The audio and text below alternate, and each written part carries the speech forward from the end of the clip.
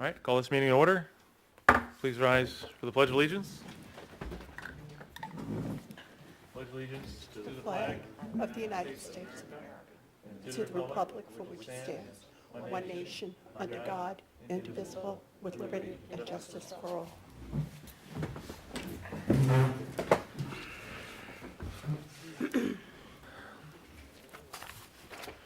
All right, so before we get started, I just want to make a motion to amend the agenda so that after we're done with all the various applications and before the reading of the minutes, we'll vote to enter attorney-client communication, similar to an executive session, but it's for attorney-client communication. So motion to amend the agenda made by myself, seconded by member Polano. Discussion? Discussion. All those in favor of amending the agenda say aye. Aye. Any opposed say no. That motion passes 5-0 with one absence. Okay, so we'll do that before we get to the minutes.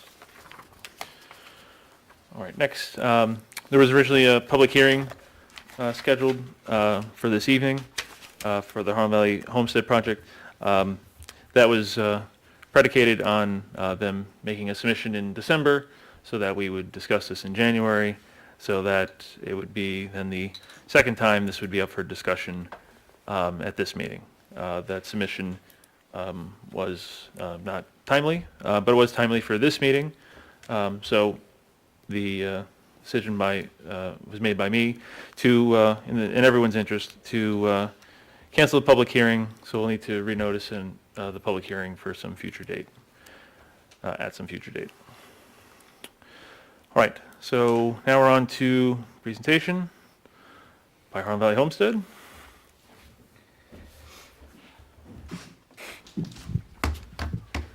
Good evening, Chairman, members of the Planning Board. My name is Neil Alexander. I'm a partner at Cuddy and Fader here on behalf of Harlem Valley Homestead. As usual, I'm joined by Kathleen Gallagher from Insight Engineering and by Josh Vertel from Harlem Valley Homestead. Also others and Lynn is here from Harlem Valley Homestead and others as well. Great to be back with you. And as you pointed out, we took some time and came forward with a further downward iteration of this project. I think that's really the best way to characterize what we took the time to do, was to reflect and to figure out and distill down what we completely needed. And I think, as you saw in our January 21st cover letter, which to the submission, there was a chart on the second page, and I think in a lot of ways that really summarizes, the most salient aspects. I mean, the intensity of this project is down by our calculation by about 46% from the original 2018 submission. So, your total number of units went from 80 to 42 now. As a result, concomitantly, your parking would go down, which went down here by 46%. Ultimately, the overnight guests go down. They went down by just shy of 45%. And then obviously, in addition to all of that, just on sort of your average event, your average weekend, we also jettisoned the 450-person events. And I think those are really the most salient aspects. We've also, as you may be aware, as you often ask us what's going on the state level, you may have seen that we have some pretty exceptional news. And Josh is going to come up and tell you a little bit about what's going on at the state level from an economic development standpoint and how we're being recognized. And then after that, Kathleen will come up and really flesh out for you exactly how we accomplished all these things that I sort of highlighted. So that way you can have the details and really understand how things got repositioned and how that benefits everyone involved. So thank you very much. Thank you. And we look forward to getting going again. Thank you. Thank you, Neil. Josh Vertel, Harlem Valley Homestead, thanks for having us back. We're really excited about this plan. We feel like it reflects a great deal of what we listened to over the 4 public comment sessions that we've had so far. we think it's a better plan for the site and also addresses a lot of what we heard. So we're excited to walk you through it. I just wanted to update you. We were one of only 3 projects recommended for award by the Mid-Hudson Economic Development Council in Dutchess County in round 11 for awards for monies that are going to build projects that create economic development, particularly job creators. And that was a lot of work on our part to reach out for that grant. It doesn't pertain exactly to what the planning board's doing, except that it, for us, is a really important thing, both financially, but also because it helps us work with the county and the state, and it has made it clear that it's an exciting project for a lot of the folks who are trying to grow great things in Dutchess County, particularly in our town, where we're in desperate need of jobs and economic development. We had a wonderful visit with State Senator Sue Serino and also with County Executive Marcus Molinaro at the farm. They were really excited to be there, excited about the project, and we're really excited to work with them as well as things unfold. Again, it's not exactly what's happening in this meeting tonight, but we wanted to keep you in the loop as it unfolds. It's also something we're really excited about because as a resident of Dover who lives a mile from the farm, it's really wonderful to see a project like this, for me, just as a resident, not even as an applicant, bring in that kind of opportunity, bring in job opportunities, and also bring in that kind of support into this community, which I feel like has too often been passed over. So wanted to update you about that, and then I'm going to pass it on to Kathleen to talk about the actual project that's been submitted. So, thank you. Okay, thank you.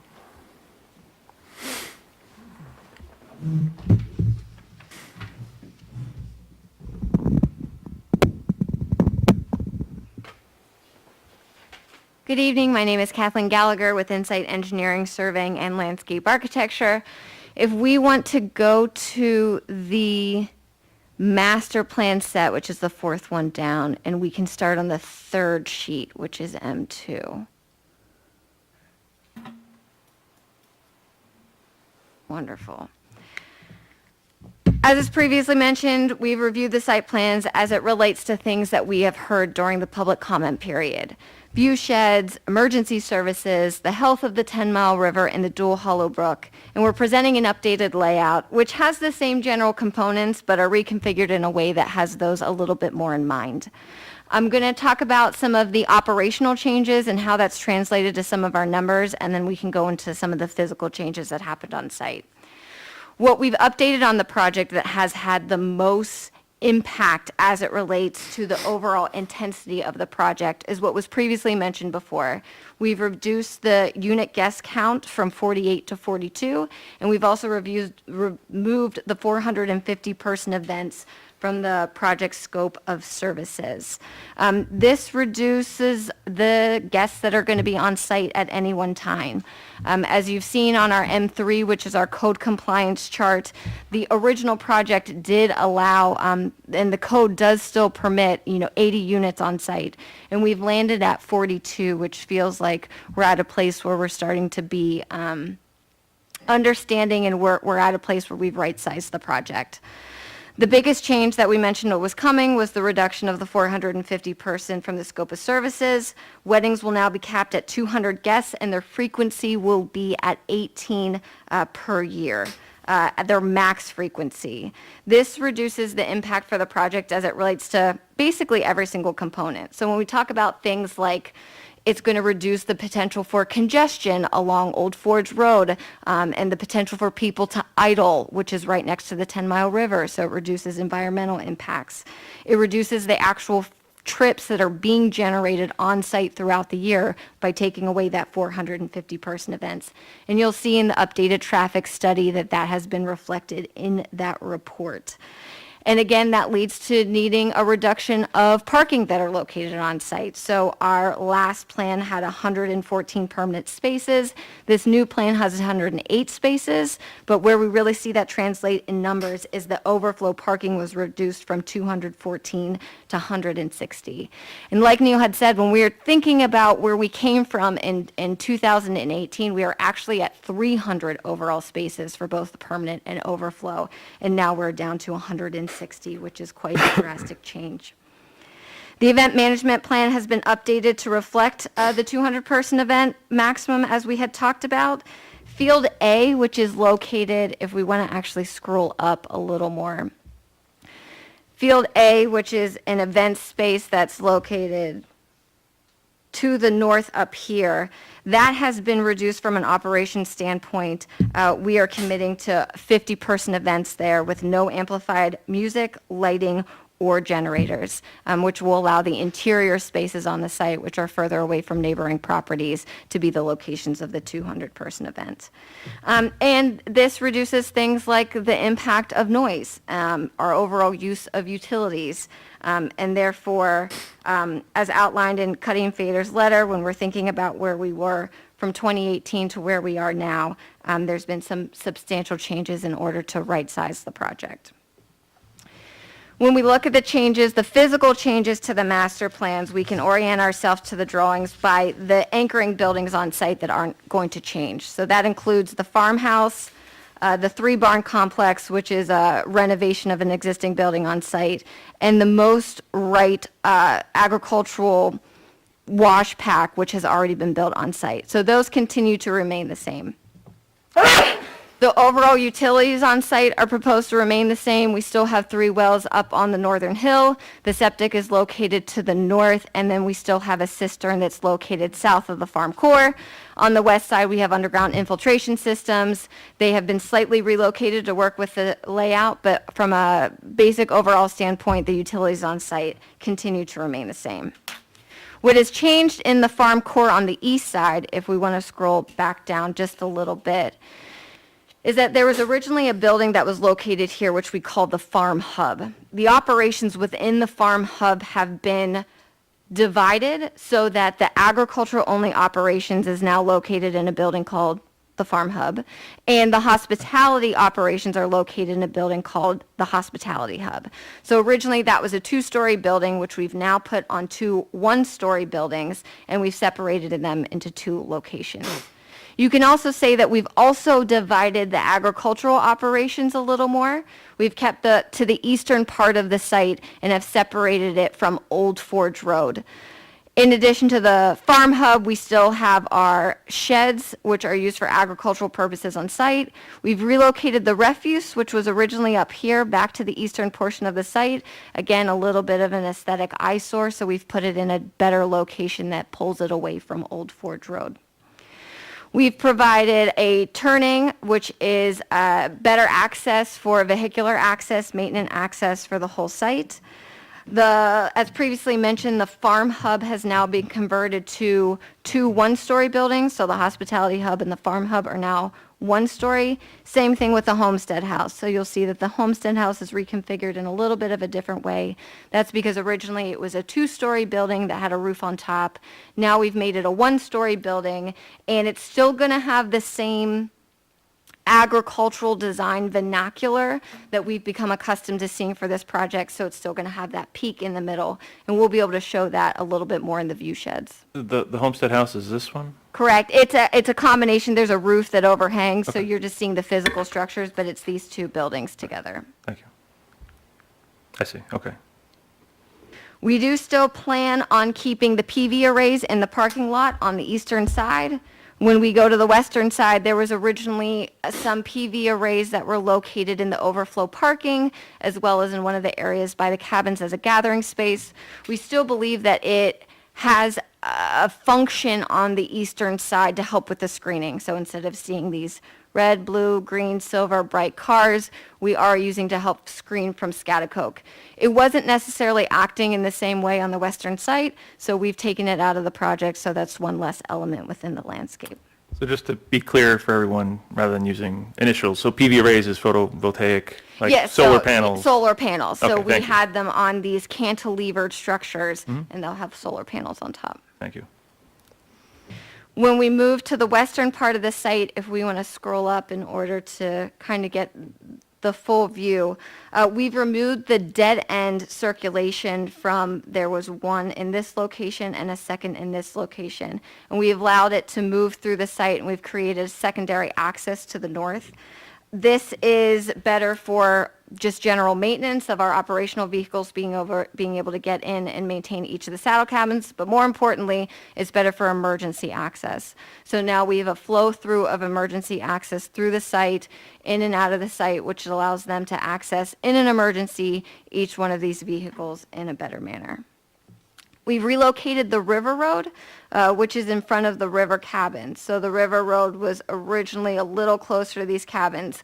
We've relocated it northeast of the site, and what that has allowed us to do is to create a little more space between the River Road and the cabins to allow it to breathe a little bit, but also give us the additional space to do some more planting and vegetation in that area.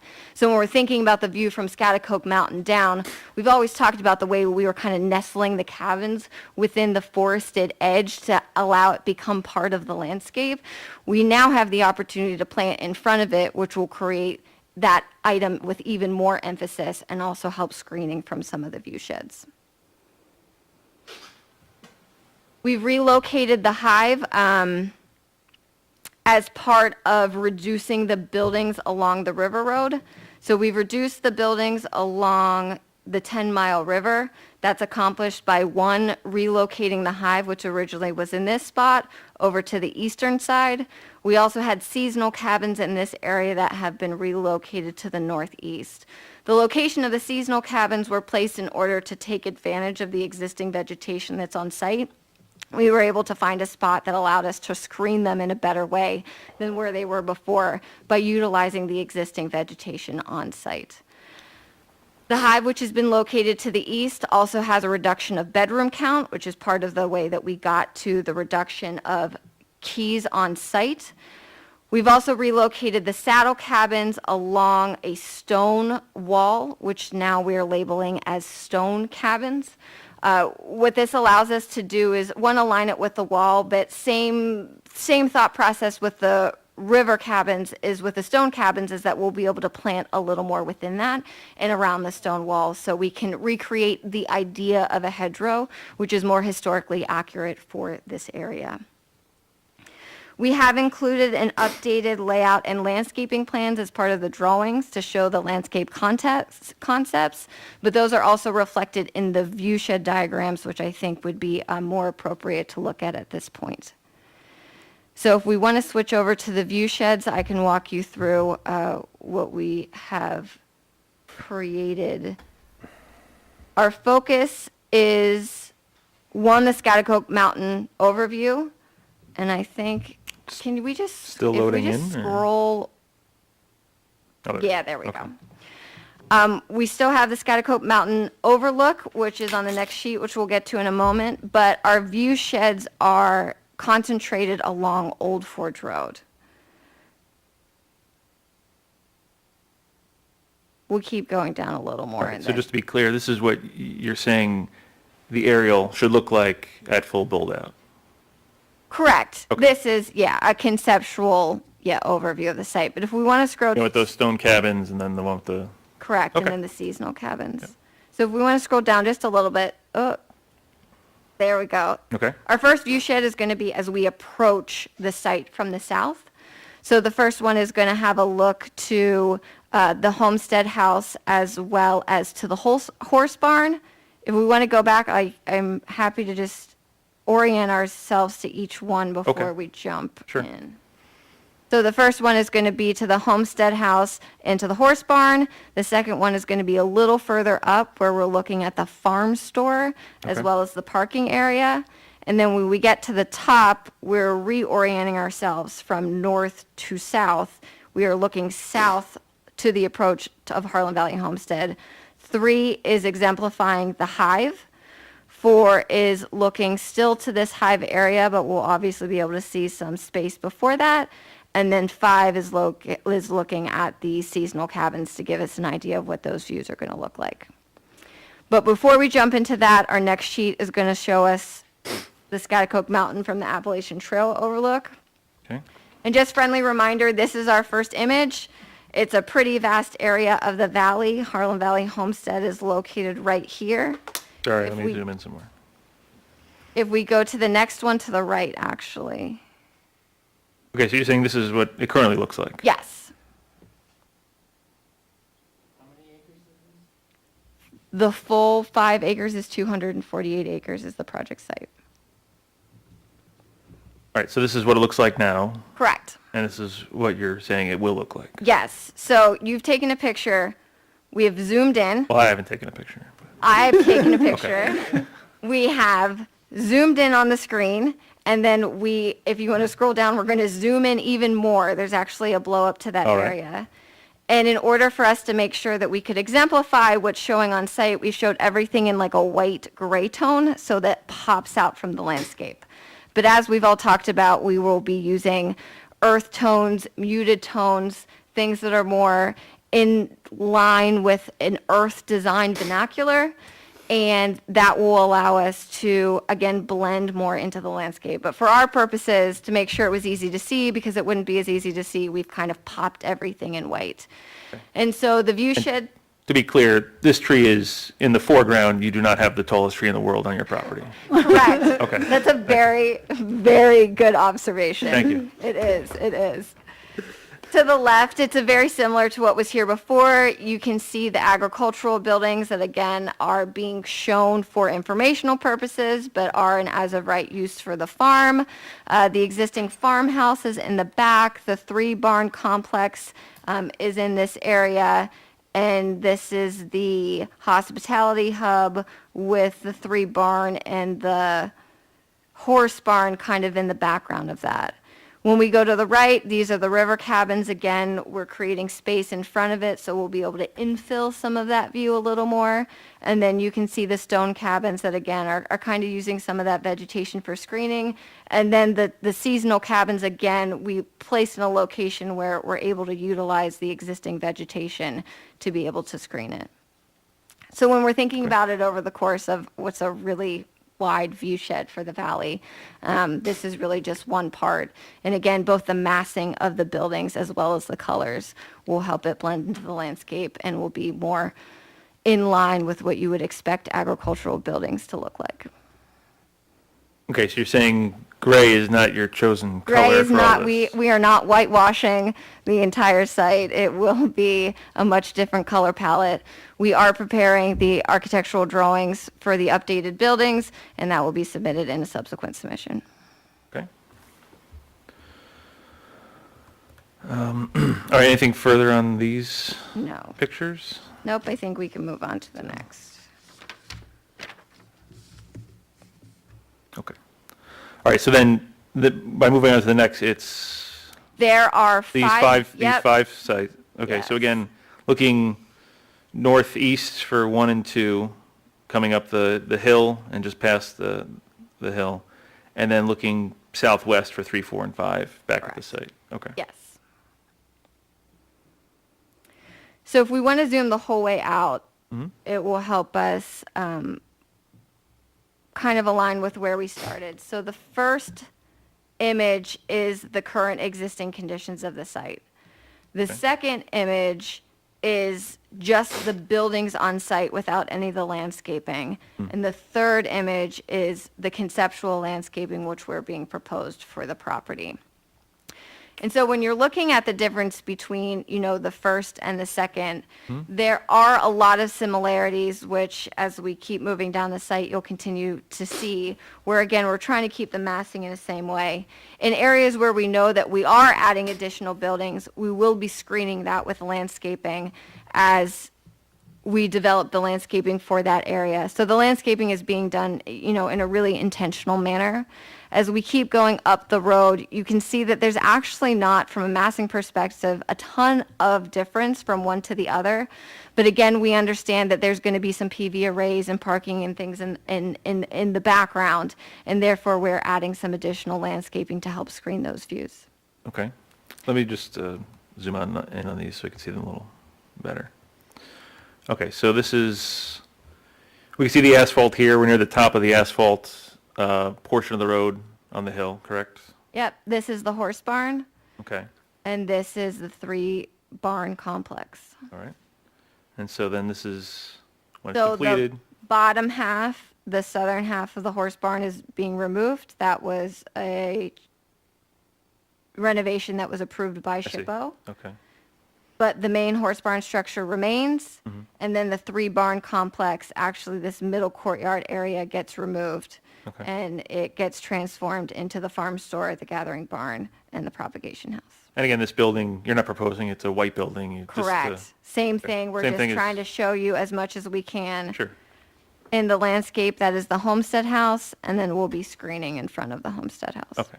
So then there'll be trees, Shrubs shrubs. at all the different elevations of your view shed, because you're sitting in a car, so you're around 3.5, 4 feet from grade. Okay. Is this part here easier to see in the second Yes. set? Okay. So let's go to that now. Actually, we go just a little past it. Okay. We do go just a little past it. So this area is between the horse barn and the gathering barn. Mm-hmm. And once we get to the next picture, we're actually right about here looking past the Oh, gathering I see. barn. Okay. So then these are just more shrubs and Same trees? thing. Yeah. Okay. And the area to the right of that is more of an open event space. There's not additional buildings in that area with the exception of the 3-barn complex. Okay. All right, so then this is what it currently looks like. And so the edge of this building here is here? Is that what you're saying? Yes. Yep, exactly. Okay, so this red structure, you're saying we really can't see? Yeah, or it's just a past little bit this. past. Okay, understood. All right, so this is what it currently looks like? And this will be placed by the hospitality hub. Okay, so this Again- is a tear down and a rebuild, or is Yes. this okay? And again, it's originally we had proposed an agricultural building in that area. This is now the hospitality hub, so it'll mostly be offices. Okay. And nothing against agricultural buildings, but the level of construction for some of our hospitality buildings are just going to be a little higher. So we're talking about buildings that are a little more aesthetic and visually pleasing. We've put some of those hospitality buildings closer to Old Forge Road, and they'll just be a slightly higher level of construction. Okay. And so we see the PV or solar arrays. Yep. Parking would be underneath. But the massing is very similar for the building that's along the road, and we'll just add some additional vegetation in order to help screen the PV arrays. There's also obviously a level of safety that we have to be considerate of. You want to make sure when you're pulling out, you still have your sight distance with the triangle and you can look over things, so there'll be a balance between safety and screening. Okay. All right, so the third set of pictures we're going to look at, again, we're farther down the road, now looking back southwest. So we're From this looking at the point. hive. Okay. So the hive The is hive. at a new location that we had not previously had shown. Okay, But there's existing there's existing topography in this area that kind of lends itself to screening. So, the ground makes its way to a higher elevation pretty quickly. One, that allows us a shelf to screen, in really significant ways. And two, it doesn't draw your eye up into that area because you kind of have this level of vegetation at the foreground. okay. And is this where, let me just go back to this part of the map. Is that where there's a lot of cows, or is that a little further south of here than I? So the cows are moving Yeah. I think constantly. currently, But yes, but one of the passages for the cows is they use the northern side of this property to get into the fields into this area. So there will actually be some sort of break in the landscaping here to allow agricultural I circulation. remember the last time we were there for some site walk, there was a lot of cows They are along there here. So is this sometimes. am I just farther up the road than I think Yeah, I am? no, you're right. It's This- more there. Yeah, at the Okay. current moment, yeah, there are cattle in this area. It's part of their rotation. So again, it's not here, it's down, the cows are more, right Yes. now, just down over there. Okay, thank you very much. Just to help understand exactly where we are on the site, okay. Cow So this is the current view benchmarks. shed, Cow benchmarks, I'm all about it. current view shed. This is the proposal of the hive, you said? Yes. So again, this is showing it without any vegetation. All right. So you gotta remove those 2 trees that aren't doing so well. Yeah, it's more of a health issue. Even if we're able to construct it with them intact at the moment, we don't believe they're going to survive the next 5 to 10 years. So the purposes of thinking about what our view shed is going to look like in 5 years, we took them out for analysis purposes. Okay. And then putting shrubs and trees along the road here. And again, the hive has some pretty spectacular views to the east. So it's a balance between, again, making sure that we have enough height of vegetation, 5 feet, something of the sort, to be able to block our views going up, but Okay. that we can maximize the views going to the east. And their views to the east are that large hill or small mountain where the Appalachian Trail comes up and over, Yep. not up and over, but in that vicinity at the edge of your property. Okay, And also where the sun comes up first thing in the morning and sure, is a pretty spectacular view. okay. And so you're proposing a new roadway, A new driveway. a new curb driveway, well, roadway, because it's used to call it Saddle Road. So just past this viewpoint. Correct. So you'll be able to see it on four. And we are calling it River Road and Saddle Road because the fire company had requested us to give it actual names for their purposes when they respond. Sure. But they are truly just driveways, maintenance driveways that go throughout the property. So they would, you'd have some kind of traffic control to not allow the public to drive through there? I mean, the public can drive through there. We have 88 parking spaces that are located on the eastern side because it doesn't make sense to provide an ADA path from that court parking lot up to all of those. So the public can access it. It's just not the intent of the project. The intent of the project is that you come, you park in the core, you walk the site throughout the weekend, and then you leave. So I'm sorry, let me distinguish between the public and your customers. It's open to the public or it's open to customers? it's open to customers. Okay, Yeah. because, when I park at Disney World, there's customers and then there's public Yes, spaces. No, yes, okay, exactly. Thank you. So customers, not public. Correct. Okay. And the road would basically be right off the corner of this picture here. You can actually see it on the next. On the next one, okay. bed on Let's go to the four. next one.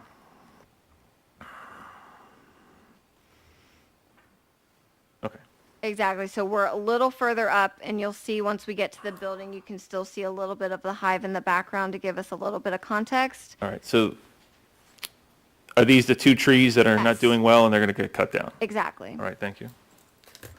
And so this is what it currently looks like. And so you're going to be getting rid of all the trees there, and the rock wall is being, It's going to be, Moved? it's going to be moved. There's plenty of other proposed rock walls on site. Those rocks will not go to waste. But yes, we are actually realigning it. There will be one on this side, so on like the northern side, most likely here to help to deal with some of the grade change. But again, we're working through the grading plans right now. and so it looks like this because you have a lot of work to do. You want to remove the trees that aren't doing so well. And so it's going to look like this for a time until you do your plantings. Correct. So to it's truly the just to view. show what the building is like. Obviously, the planting is part of the site plan, part of the site plan approval. So it's, part of the construction. But in order to see how we're utilizing the landscaping and what we propose to do, we wanted to show both views. Okay? And this will be a mixture of evergreen and deciduous so that, we're able to still continue screen it, but also provide a variety of planting. As we all know, the majority of native plants are in the deciduous category, and we want to make sure that we're diversifying it for the wildlife. Okay. All right, and then number 5. We've provided 2 views here. You're seeing this as a summer view, and then there's a leaf-off condition to the right. You're seeing the leaf-on condition, Oh, so I see. you can see. Oh, I see, okay. And then there's a leaf-off condition to the left, so we wanted to make sure that we are utilizing that. So in the warm weather months, when we leaf-on condition, it's almost basically screened Leaf-on, okay. completely. But in the winter conditions, we still even have some pretty substantial screening, and then we are proposing to infill that with evergreens. So if we keep scrolling down, All right, and just to continue this, these trees here are these trees here. yes. Is that correct? Okay. There's some choke cherries that are on their way out. All right.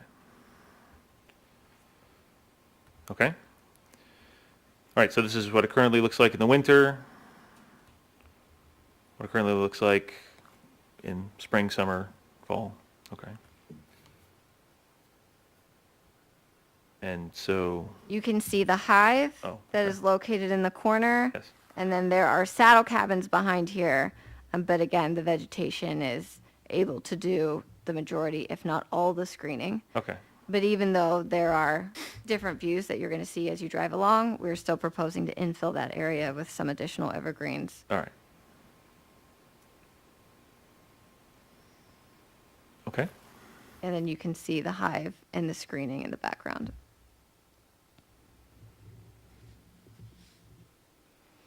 And Okay. so we feel like, the goal of any development is to right-size the project for the land, to right-size it for the mission and the operations of the project, and for the viability of the project. And with this mission, we are in that place where we believe the environmental, the economical, and the community interests are in a fair balance. That concludes my technical review, and I'm happy to answer any questions from the board or the consultants. All right. Let's see. Just a few questions that I had. River Road and Saddle Road, so they are private roads for your customers. They're, yes, private driveways Okay. for the operation. All right. And so those are two-way roads, one-way roads? Two-way. Two-way roads, okay. So they're the appropriate width for two-way roads? Correct. Okay.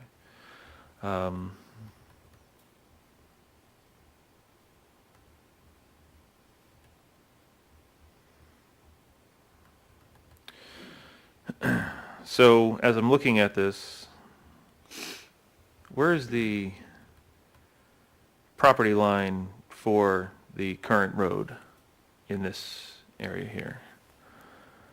And I guess the follow-up is, do you need permission from this property owner to begin building this road here?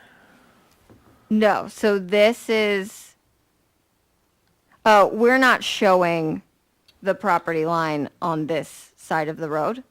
You'll see in the Old Forge Road widening plans by Creighton Manning that are included in this set. They have more details for that area. Okay. All the improvements for the widening, which was now expanded to this driveway to make sure it was included, all of those improvements are happening on this side of the road. And then you can see more information about the property lines for both sides of the road. Okay, so this presupposes that you have then acquired by ownership or right the use of property off the road to then be able to build your road off of this road. So the Priest property line is going to be on this side of Old Forge Road. Okay, so None of the improvements are located even on that side of Old Forge Road. just help me out here. These lines are the property lines, correct? We have more detailed information on Creighton Manning's plans. Okay. For the purposes of these drawings, we did show the general property lines within that area. We're not showing the Old Forge Road. Okay. Do you see what I'm saying, though? It looks I like, do see what you're saying, it's like you're trying to build a road on a property you don't own. Correct, and it Okay. is more thoroughly, the property line on this side of the property is more thoroughly designated on the Old Forge Road widening plans. Okay. All right. Well, I have to look into that. And then for the seasonal cabins, are these are 3-season? Spring, Correct. summer, fall cabins? Yes. Okay. And then are all the other cabins presumed to be 4-season Yes, cabins? Okay. And then I know you're going to have the stone wall along here, so just, I guess is the stone cabins, are they the stone cabins because they're along a stone wall, or are they stone cabins because they're also made of stone? they're stone They happen to cabins be along because stone they're wall. on a stone wall. Okay, so the stone cabins are made of stone? Correct, and the river cabins are not made of river. But yes, Very clever. it's the same concept, though. No, you could make a cabin out of stone, you can't make a cabin out of a river. True, I don't know what the flood insurance would be on a river cabin, though. exactly. All right, thank you. Any questions from members? We'll start with Member Sador. No, All right, this time. Member LaRobediere. No. All right, thank you. Member Villano. Not at this time. Member Roman. Can you point out where is the stone wall that the stone cabins are by? It's actually the old property line wall. Oh, I So see. we are planning on extinguishing this property line because all of our utilities have to be located on the same lot. So there is a subdivision, a lot line adjustment proposed as part of this plan, but yeah, it's located behind this property So, line. so the stone wall is in between Saddle Road and the stone Correct. cabins? Yes. Okay. Okay. Member Roman, anything No, further? that's it for me. All right, Thank you. Thank you. We'll start with our planner. So I had a memo, went out on Friday. The first comment with a bunch of bullets on it was really just my take of the changes, which they've gone through and, pretty much everything that I've had is what they've captured. There's a couple of things I noted on here that they didn't mention, which is there is a swimming pool that was added to the plan. Which number are we looking at?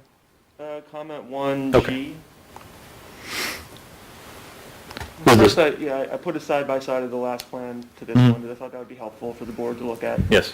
And then following that, I have several, bulleted changes that are notable from the plan. I went, as Kathleen was talking, I checked off what she's mentioned against what I had, so I don't have to repeat myself. But I noticed that the swimming pool wasn't mentioned, which has been added to the area of the river cabins. All right, that's up here with the spa and the, Yeah, so the Sauna. spa and hospitality, the spa amenity functions of the Hive were taken out and placed in its own building, sounds like. And also the swimming pool was added as another recreational resource for the guests. I guess to limit use of the river is what you mentioned in the cover letter, so just wanted to point that out. There's also some changes they made with fire and fire hydrants, right?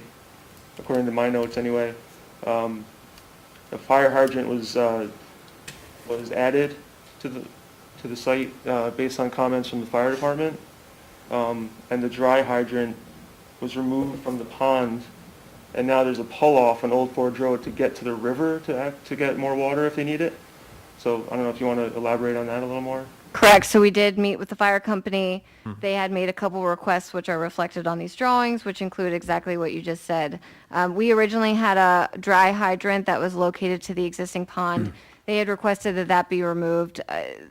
They could potentially have some issues with it freezing and things of that nature and not being as big of a use. They say they actually already train along the river to be able to utilize that, and so we've provided a pull-off for them so that traffic can still get by, but they will still have access to the river. And then we put a fire hydrant that is located here that'll be connected into our water system, so they have, for lack of a better word, like a first flush as soon as they get to the site, and then they're able to mobilize to continue providing water to the site. You actually met with the fire department on site recently, right? Or We met with the code enforcement officer on site. We did not meet with the fire company. We met them at the station. the plan changes for the fire hydrant came out of that meeting. Yes. Okay, so moving on in the comments, after the overview of the changes, which I hope are helpful, I did note a couple of things that have been pretty much the same since the beginning of this project. They have 3 buildings, I believe it is, or 4, where they're asking for the maximum footprint height or footprint size to be greater than the 4,000 square feet that's the code requires for the RC zone when you're seeking a country and conference center. which one are we what are we looking at here? Comment number 2. 2? Okay. Going down, yeah. Thank you. So we have the propagation house at 4,600, the hospitality hubs at just over 5,000, farm hub 6,344, and the homestead house, which is now 17,700, and that's a bigger footprint than previously shown to us. But they're still seeking that waiver from the board over the 4,000 square foot maximum footprint. Just wanted to point that out. And there's some discretion on whether you think a waiver for the farm hub is warranted, because technically it's an agricultural building, That so was- we've separated those out. So I don't necessarily think that needs to be included in the waiver, but we have drawn it to your attention just because it is a point of conversation on the eastern side. Which of these buildings are you contending would be agricultural buildings? The farm hub. So only the farm hub. And Correct. What happens in propagation house? So the propagation house is mostly going to be used for agricultural, but we would like to provide it as an option for wedding and events, in which case we would retrofit it for that specific weekend. So if any building has any sort of hospitality component to it at all, even if it's temporary or minor, we've noted that building to be blue and to be hospitality and to be under the review of both the planning board and other agencies. Right, and so your code does permit increases up to 20,000 square feet. None of them go over 20. There's a 17.7 for the homestead house, but none of them exceed 20,000, provided that certain conditions that are listed in the code are met. They've previously showed us, if you go back several meetings, there was a comment where I asked them to, explain away those certain parts of the code, why the increase in footprint is going to be okay against the code, and they provided that in past responses. So I can find that response, the date of that, and refer you to it. But so far, they've shown that they can meet those conditions. It should also be noted that some of, we said there's some additional buildings and whatnot. We've reduced those buildings from two-story buildings to one-story buildings, like was previously mentioned, and that's also what's generating some of the increase in footprint. Also, the footprint per the code includes all the roof lines, so any sort of outdoor covered patio or things like that all gets included in that square footage. So part of your contention is that if you made it a two-story building, some of these buildings would have a smaller footprint than the 4,000 Correct. max? Okay. Just looking at the site plan set, I noticed number 3, just pointing out there was some confusion on my part. I don't know if you want to pull that sheet up, if it's helpful, but This is, comment number 3. If you could bring up SP 1.1 in the site plan set.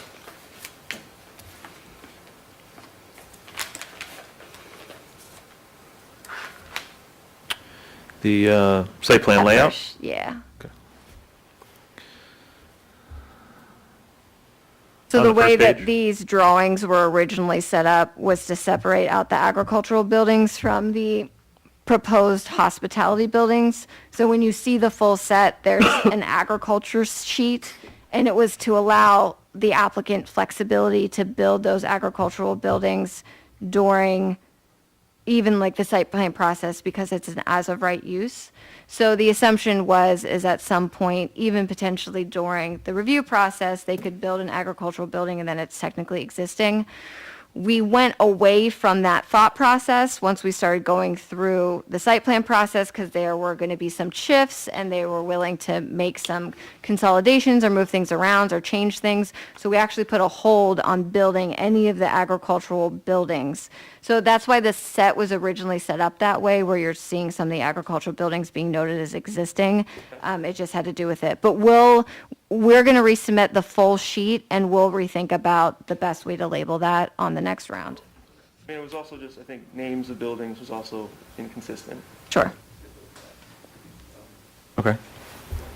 Number 4, just mentioning, and they already mentioned this, they still have some other plans to get in, based on this new layout. They have to submit the grading and utilities. I guess a new SWIFT also is coming in. And the ESC plans, lighting plans, they also said they were gonna submit those. And number 5, on a related note, is just that ARB review is still required here, and they did change, orientation of the buildings. So we're asking them to make sure they update the ARB drawings. That's still an approval for the board to make. So the next category of comments is really about the agencies that are still reviewing stuff. I have DEC, DOT, and SHPO highlighted here, right? So A covers the DEC review. I understand that the applicant's still working with them. There's a lot of comments that came from the wildlife department on all the reports that have been submitted over the years for this. So you want to give an update on where you are with Sue? Sure. We had Zoom call with Sue where we went through her comment letter just to make sure we're getting her the things that she wants in the format. So we are going to collectively put together all that information in a narrative to the DEC. When we resubmit to you, our intention is to resubmit March 4th. When we submit the full set to you, we're going to resubmit the full set to her and also include a DEC narrative. But we feel like we're in a good position. We have an understanding of what she's looking for. Okay? So be on the lookout for that. Then the DOT process, I remember you advanced to stage 2 of the highway work permit with DOT back in September. Is there any update on? We received comments, we're responding to those comments. I believe we're actually going to be submitting this week if we haven't already. We'll be submitting in the next 2 weeks, and then we'll include that in our next submission, both the comment letter and the response. That's for the Old Forge and Route 55 interchange where they have to modify it. It requires a highway work permit. So C is just about SHPO review. SHPO did look at this site already for archaeology and architecture, but they did ask to see if there was any substantive changes to the project. Consultation should continue. So I recommend you just, when the ARB materials come back, you also get them to SHPO. I don't think it'll take a long time for them to turn around a letter, update their no impact letter, how they usually do it. It's usually faster than the 30 days, at least my experience with them. So that should wrap up the SHPO, if that gets into them. Oh, the last one was on D there. I mentioned the Department of Health, which I recall there was a pretty lengthy comment memo from March 2021 you've been working through. Yes, we've been having some informal conversations back and forth. Obviously, with the buildings physically change, that changes. We have to profile out the sewer mains and things like that. So we haven't resubmitted until we've had a chance to update the information based on that. And when we do, we will give the planning board a copy of that Department of Health submission. And number 7 is really just reminding the applicant that the EAF is now outdated. So the Part 3 should be updated to reflect the new scheme, right? The different unit counts and any other changes that are applicable. The new studies that you had updated, traffic, noise on the, smaller project as you're calling it, that should be also included as appendices. I think similar to last time, having that up on the website would be useful as we get into public hearings so the public can review everything that's on file for the record. So that's what that comment's basically saying. The view shed analysis, I had a few questions. I think some of them you've cleared up, but from the Scotticoke view, I think it would be good just to show just more call-outs for all the different buildings. They propose cabins and ones, but those are the river cabins, to specify those are the river cabins. You've already mentioned that you're not going to be whitewashing these buildings, so that was one of my questions. So that was number 9. Number 10 is just talking about the Old Forge Road. The existing and proposed buildings should be labeled in those photos. It's one thing to say it, this is the hospitality Go hub, down this to is number the 10. 5. Just put a call out on those so it's clear what they are. And it's also easier for the viewer to reconcile with that key map that you have, which is helpful. Number 11 is on just a question more than anything. It seems like with the topography, you're not going to be able to see the cabins from 1 and 2. But you didn't really show it. And you also didn't take a picture from 3 and 4 looking directly into the cabins. So I'm wondering if you can consider that. Or if you can just, maybe an existing photo can show that the topography is such that you won't see them.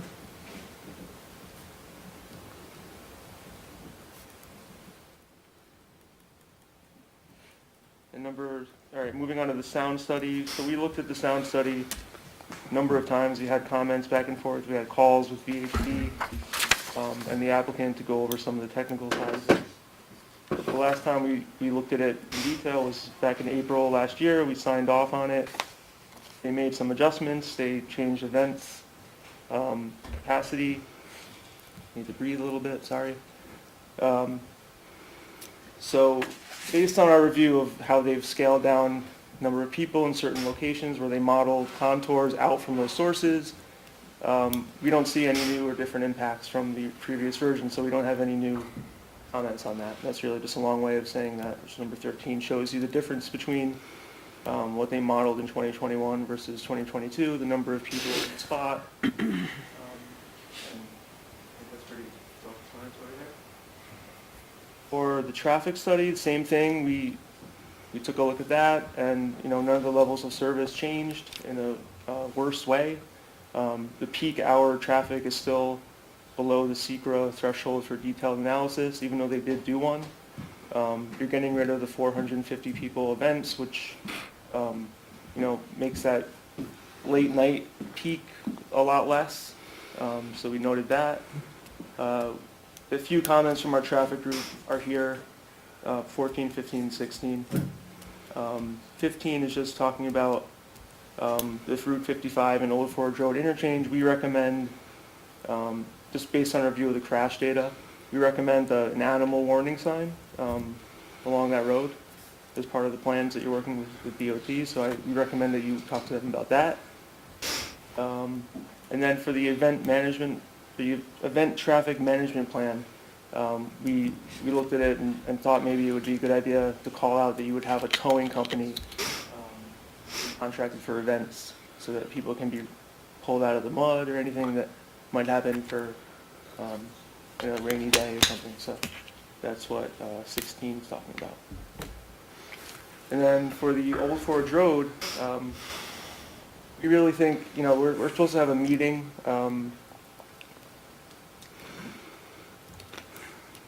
We recommend having a meeting with the planning board chair, the consultants, the applicant team, highway super, just to talk about this issue because it's been hanging around for a while.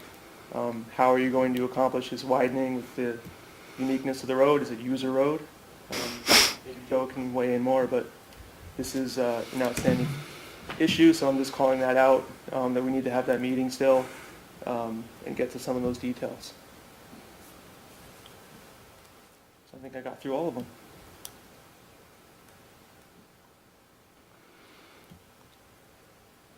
Okay. All right, thank you, Mr. Werner. Engineer Berger? Pretty much said everything. The updated grading updates what will be coming shortly, so I'll weigh in on that. And the user road and the improvements, that's something we need to iron out with the highway super still, so we're working on it. Thank you. Attorney Polidoro?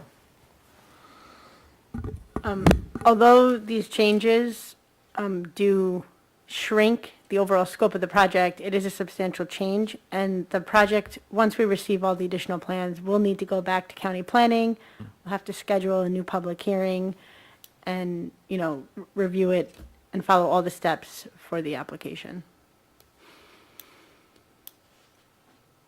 Okay, thank you. Having heard from our consultants, any members of the planning board have any further comments or questions at this time? I just had one quick question. The proposed propagation glass house, that's for plant propagation, animal propagation? Plants. Okay, thank you.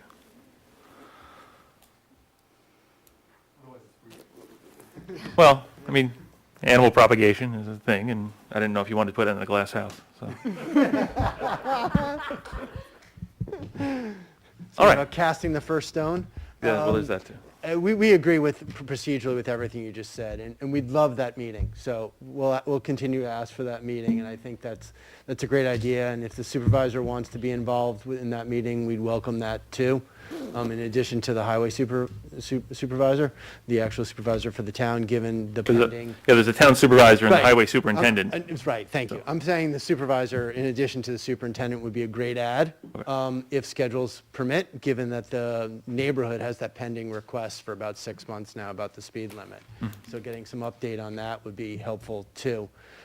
Obviously, he has a very busy schedule, so we don't want to hold up that meeting waiting for that, but let's finish up that conversation, because I think, AKRF's traffic had a good, strong, clear position as to what is and isn't needed and what we can or can't make happen. So I think we need some more weigh-in in order to deliver what you'd like to see, which we're capable of doing.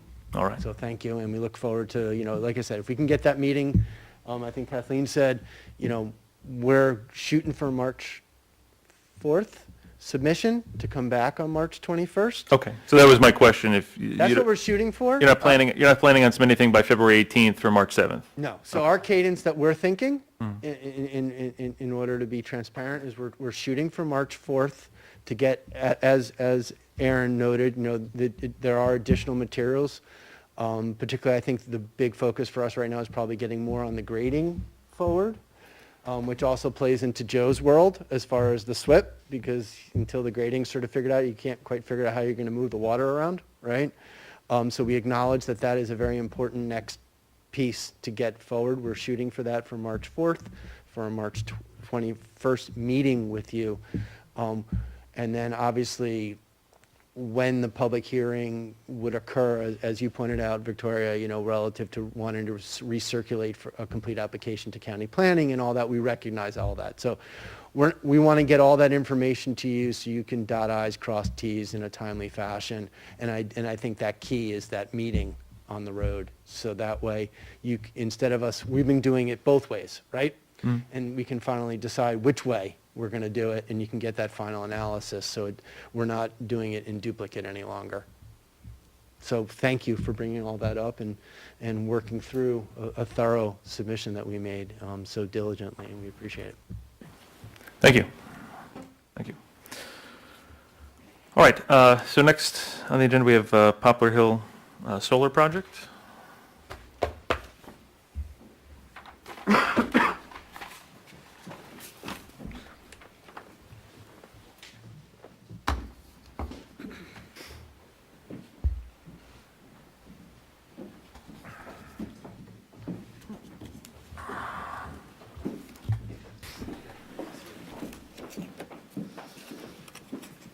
So if you'd like to let me know what you want open. You open the site plan, sorry, the third one down. Yeah. Special permit site? Yeah, try that Okay.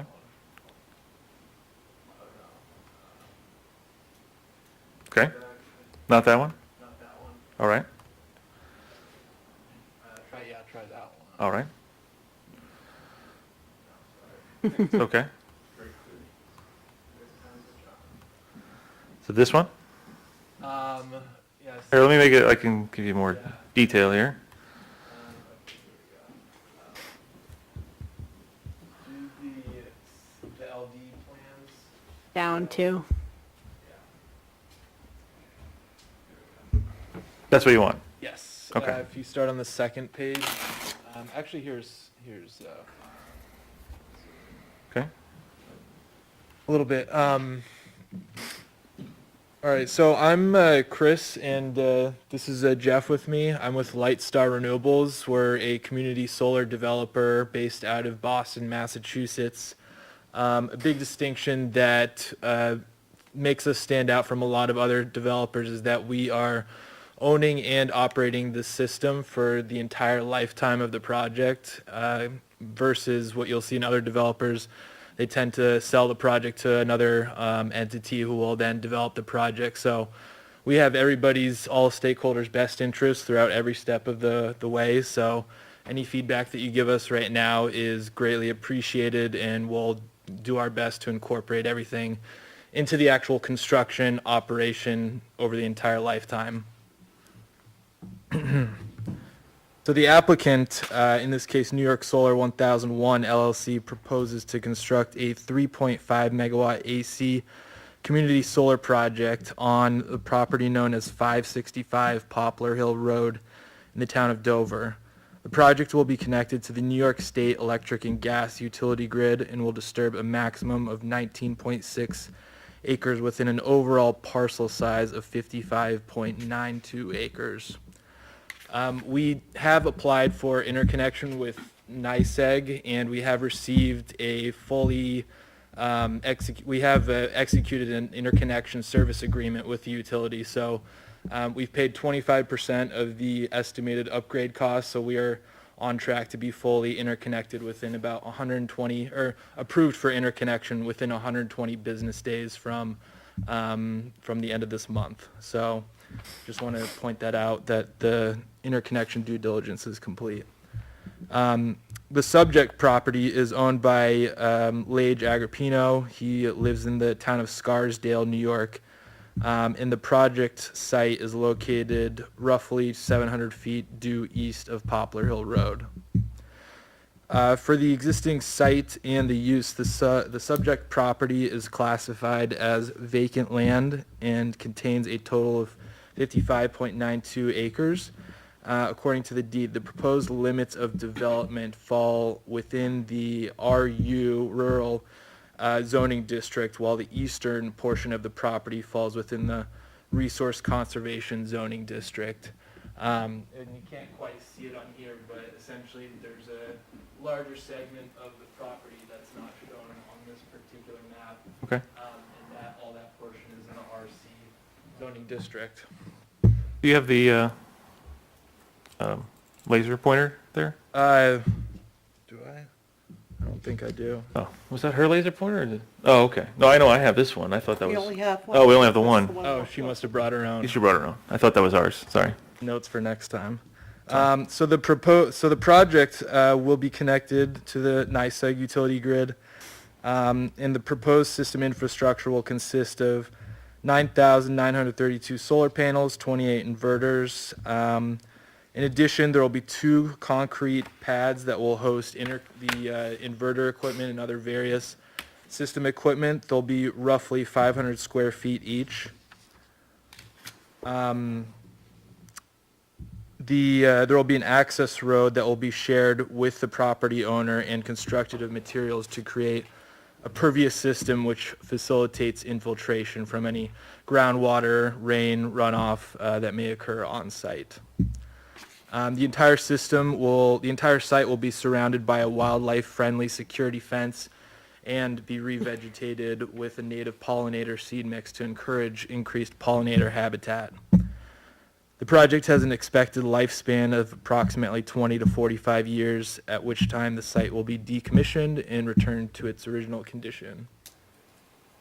So in terms of our site due diligence, we have engaged with U.S. Fish and Wildlife Services, the DEC, New York Natural Heritage Program, and the Office OPRHP.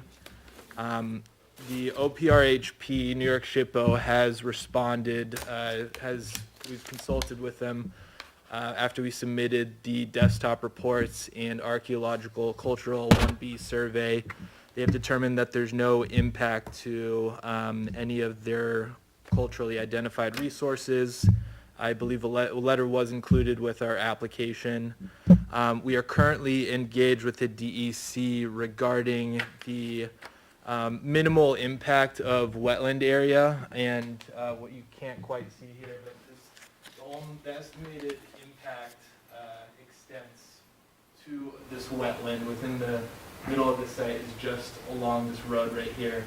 We're not anticipating or planning to impact any other wetland areas. By the actual system, the fence, it's just the access road. As of now, it's planned to be a culvert design, but we're finalizing some plans as we're submitting our SWIP, because we want to make sure that we can also accommodate the potential of bog turtles that might be residing within the property to the south of our site. It was owned by a natural conservancy group.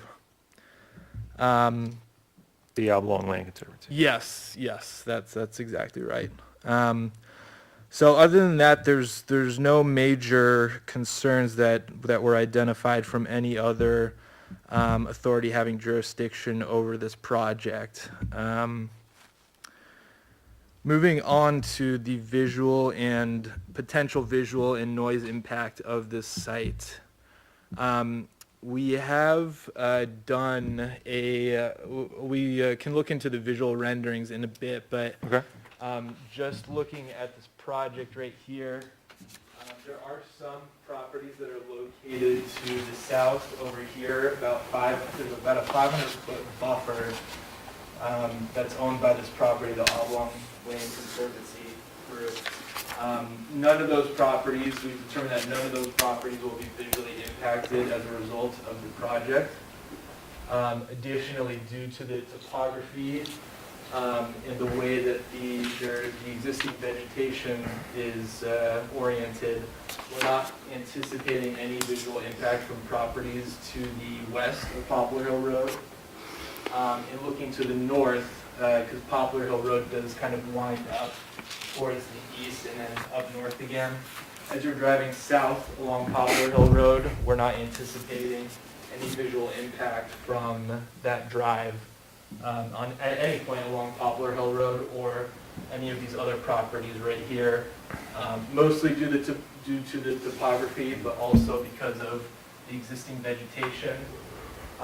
There are some trees that can't really be seen, but they kind of go east-west up here, so it really helps mitigate any visual concerns as a result of the project.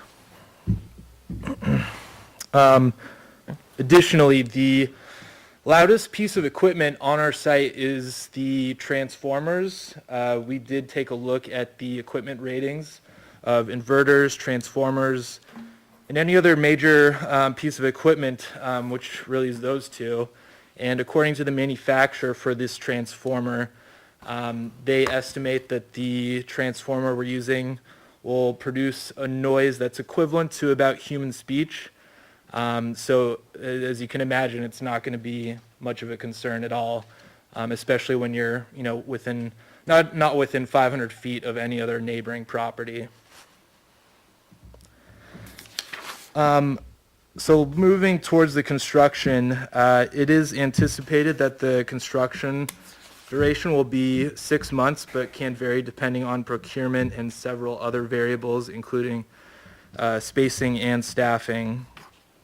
There would be a phase of construction for construction equipment to prepare the site grading, fencing, and roads. Then equipment deliveries would begin along with setting posts, and then panels and electric would be installed. Finally, the vegetation of the field would be conducted to prevent soil erosion from the site, and upon approval, removal of temporary soil erosion mitigation measures. During this entire period, aside from the construction vehicles, workers would also have their vehicles in the area as well. However, once construction equipment arrives on site, it will stay there until the completion of the job. So it would be a mobilization and a demobilization event and not a daily occurrence. So after the construction is complete, the owner of the system, Lightstar Renewables or New York Solar 1001, will continue to own and operate the facility during its entire lifespan. The operations and maintenance services will be contracted by a professional third-party O&M provider for the project. These services will be carried out over the entire course of the project's lifespan, approximately 20 to 45 years, at which time the site will be decommissioned and restored to its original condition.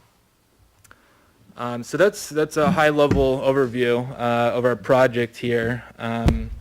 If we want to go into the visual renderings, we can do that. There's some technical details here.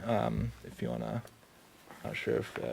Okay, so So the visual rendering. Yeah. visual renderings. Yeah.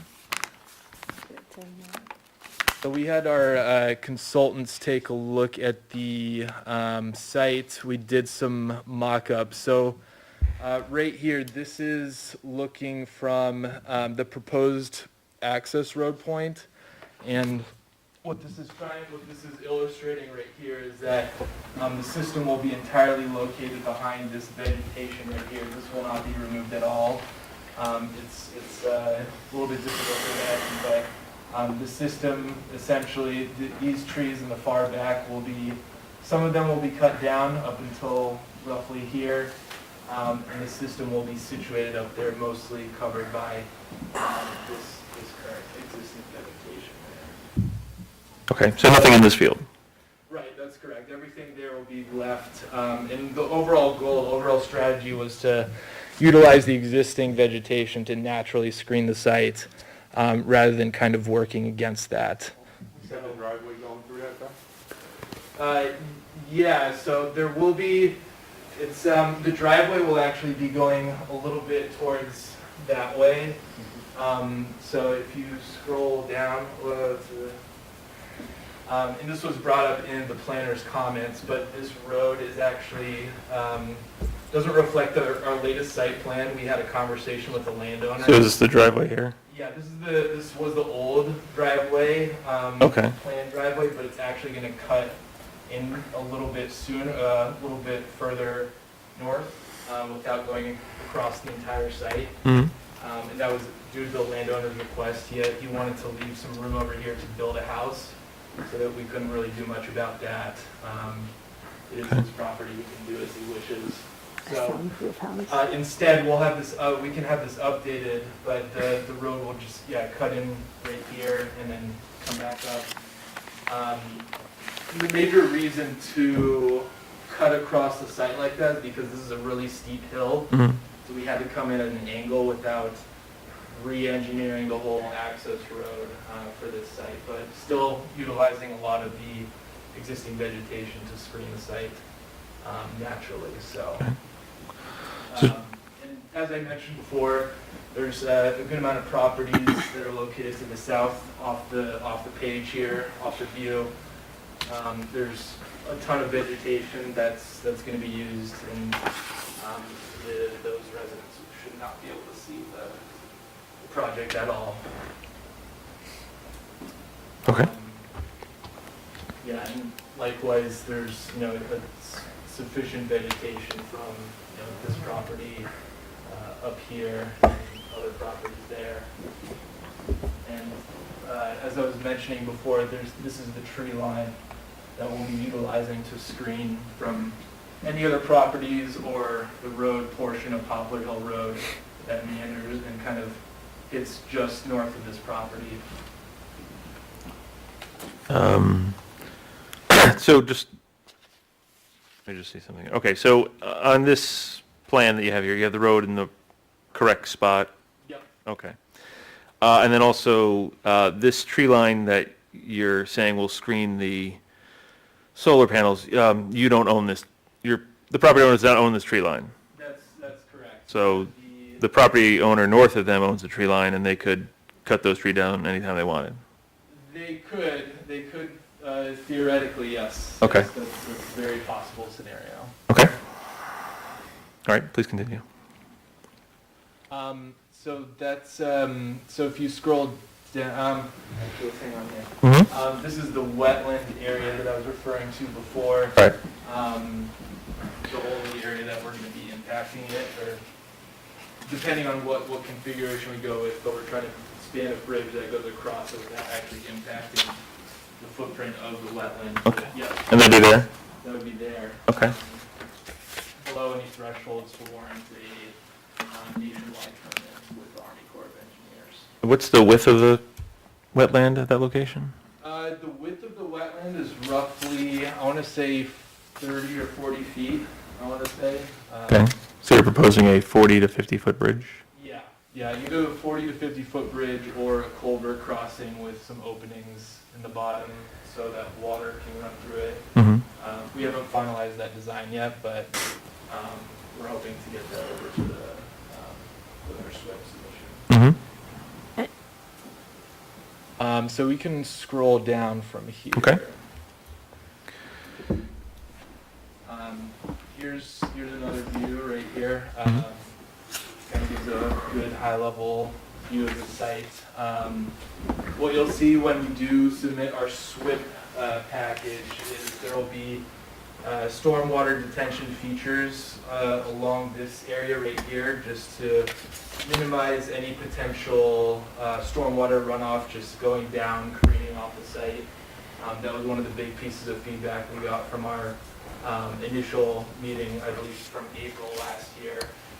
We want to make sure that we're coming in with a really strong management of stormwater, so we'll make sure that's all incorporated and presented at a future date. But just want to point that out right now.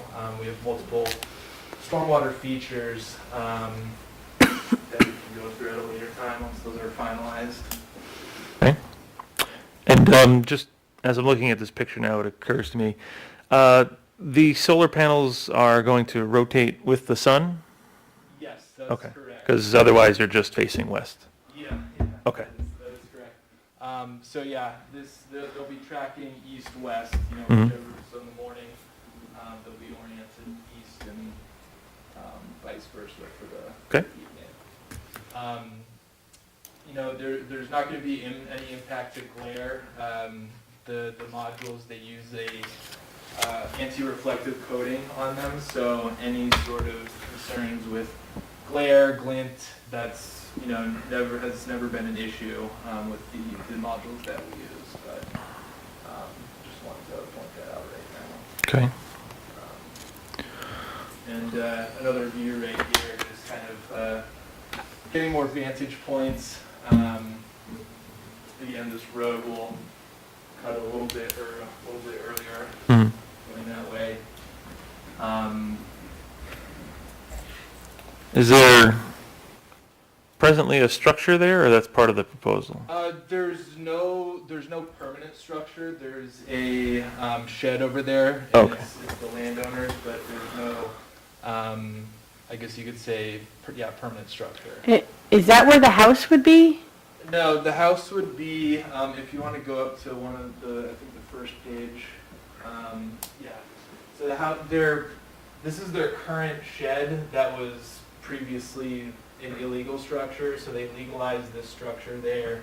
And they have plans at sometime in the future, nothing has been submitted or permitted. They're planning to build it approximately right here. Okay. But it's still very much kind of in the pre-planning stage. It would use the same driveway? And it would use the same driveway, based off of a requirement that we identified with the Dutchess County, requesting that unless there's a huge reason to need two different driveways, but the county has requested that we just use one driveway per property. And there's no proposal to subdivide off the land for the No. house? No, Okay. I don't see why there's no plans to do that. I mean, Okay. just, That would allow for a second driveway. it would. Okay. I'm just, The board's going to review the noise issues, but since that house doesn't exist, it won't be considered, and it's the Sure. owner's house anyways, but, noise, it will be a concern. With the landowner's planned house?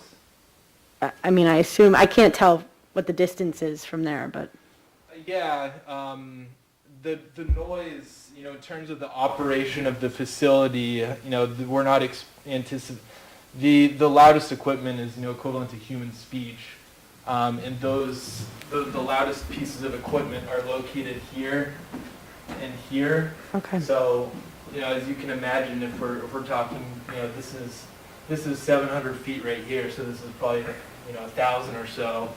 1,000 feet away from human speech isn't really kind of, wouldn't guess it would be concerning for the landowner, but Okay. okay. the landowner is very aware of this project, as you can imagine. I would hope so. Yeah, we're on very good terms with him. He's a great guy. He's very, very up to speed on the project. He was involved with the pre-planning stage.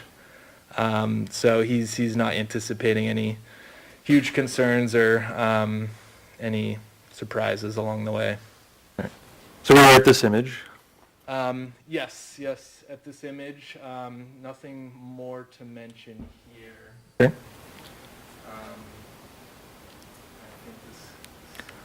So this is actually a pretty good view of, where I guess you could say pre-planned house would go. It would go approximately right here.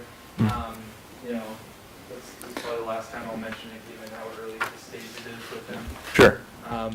Early you said this is a vacant piece of land, but there is a structure on the land, the shed that was... Yeah, the tax code at the time that we had submitted the application was considered vacant land.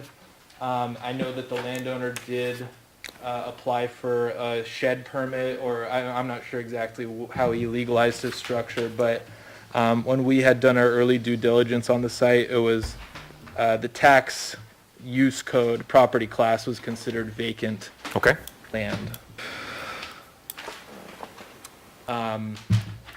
Okay, so here's actually a great view. So this is standing at approximately at the top of a 1 or 2-story building, 10 to 20 feet in the air, and you can just barely see the top of the system if that, and it's not entirely clear that you can, but just kind of emphasizing, underscoring that existing vegetation being utilized to effectively screen the site.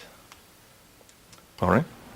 And that's all we have there. And then just from looking into from the road, again, Yep, so the site access road, this point is, currently still planned to be where it is, it hasn't changed. mhm, It would probably just kind of cut up like you the said, site a little bit earlier. okay. And then this is just a more aerial view. Right.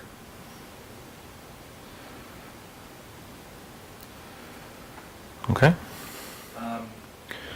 That's it's kind of a high level look at our site and our proposal.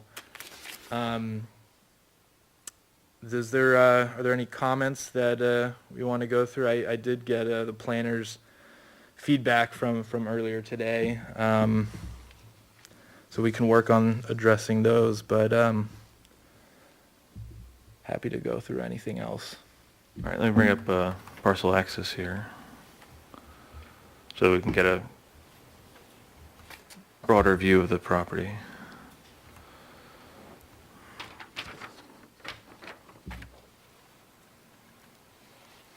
Okay, so it's this parcel here. Yes. Yep.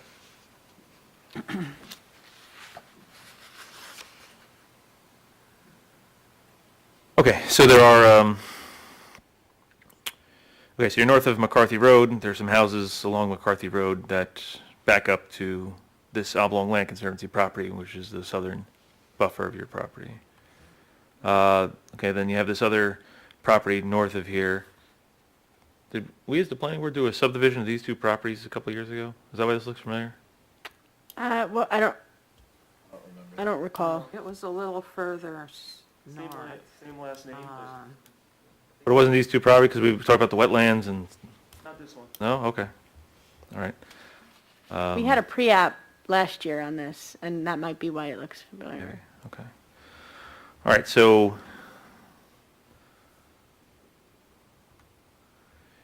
Okay, so here are the wetlands. So again, this is the western solar panel farm, and this is the eastern solar panel farm. The extent would go from about right here, all Okay. the way until the eastern property. All right. There seems to be some kind of tree line going through here. Yeah, there's a roughly 4 to 5 acres of vegetation there. Okay. So how many acres of trees would be cut down, I guess, here and along here and? I don't want to misquote, but I believe we put it in our FEAF, but let me try to get the exact number. I want to say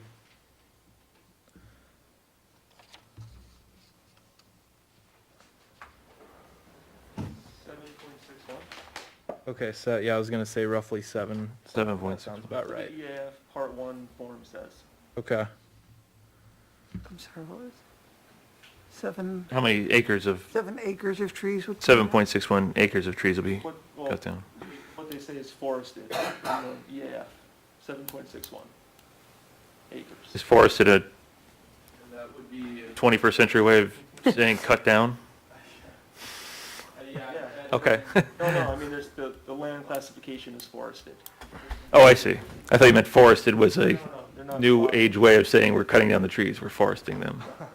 Okay. But it's the westerly area there where there's kind of also a steep grade, right? So, Yeah, Okay. that would be the majority of it. And then there's a smaller piece over here, and then some over here. It's not as densely forested as it is over here, but some. Okay.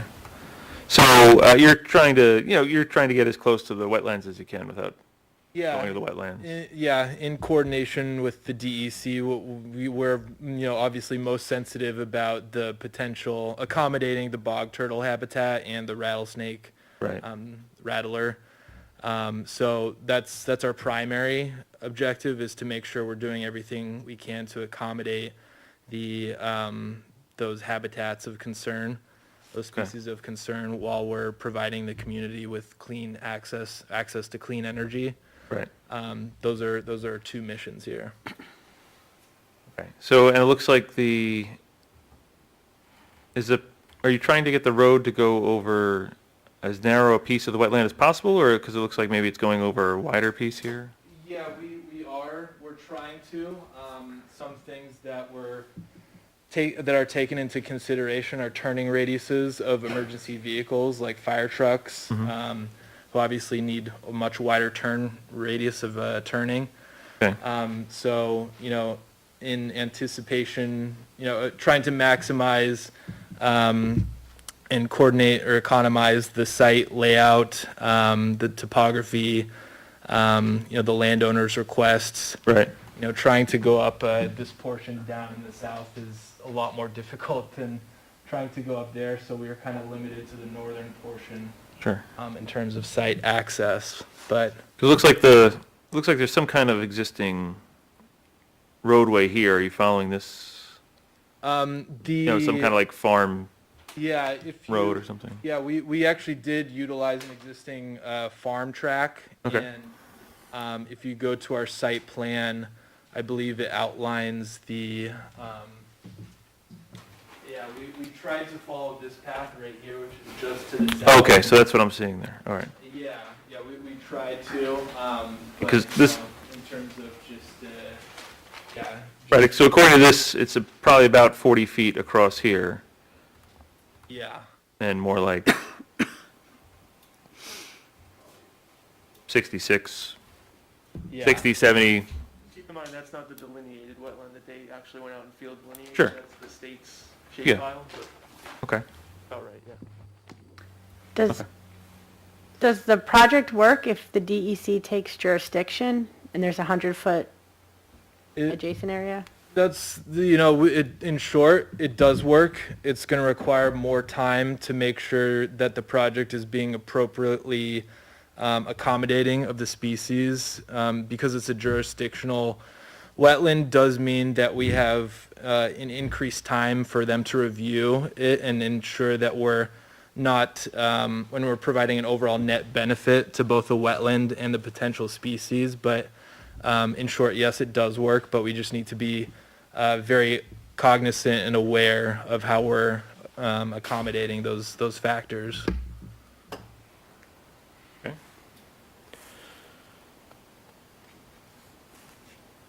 All right, so you're done with your presentation questions. Okay, so I've asked everything I'd like to ask. Member Roman? You mentioned something early on about putting in some planters that would be pollinator friendly. Can you talk a little bit more about that and where those would be? Sure. So when at the end of construction, towards the end, when the site is not being disturbed any longer, what will happen is we'll take a lot of seed mix and we'll spread it across the entire ground, across the entire site, so that it will start planting grass. And hopefully, our expectation is that grass will create pollinators so that it can contribute to further vegetative growth All around. across the whole Yeah, solar array. everywhere where, basically everywhere within the fenced area. Everywhere where there's solar panels that are going to be going is where that seed mix will be spread across the ground. So it'll help both in revegetating the entire site, the surrounding area and will also help stabilize the soil beneath the arrays as well. So it'll help kind of those three areas. And also it'll also encourage species to want to be around the site, like the timber rattler, the bog turtle. If they do want to cross the entire site, there will be some vegetation that they can kind of rely on.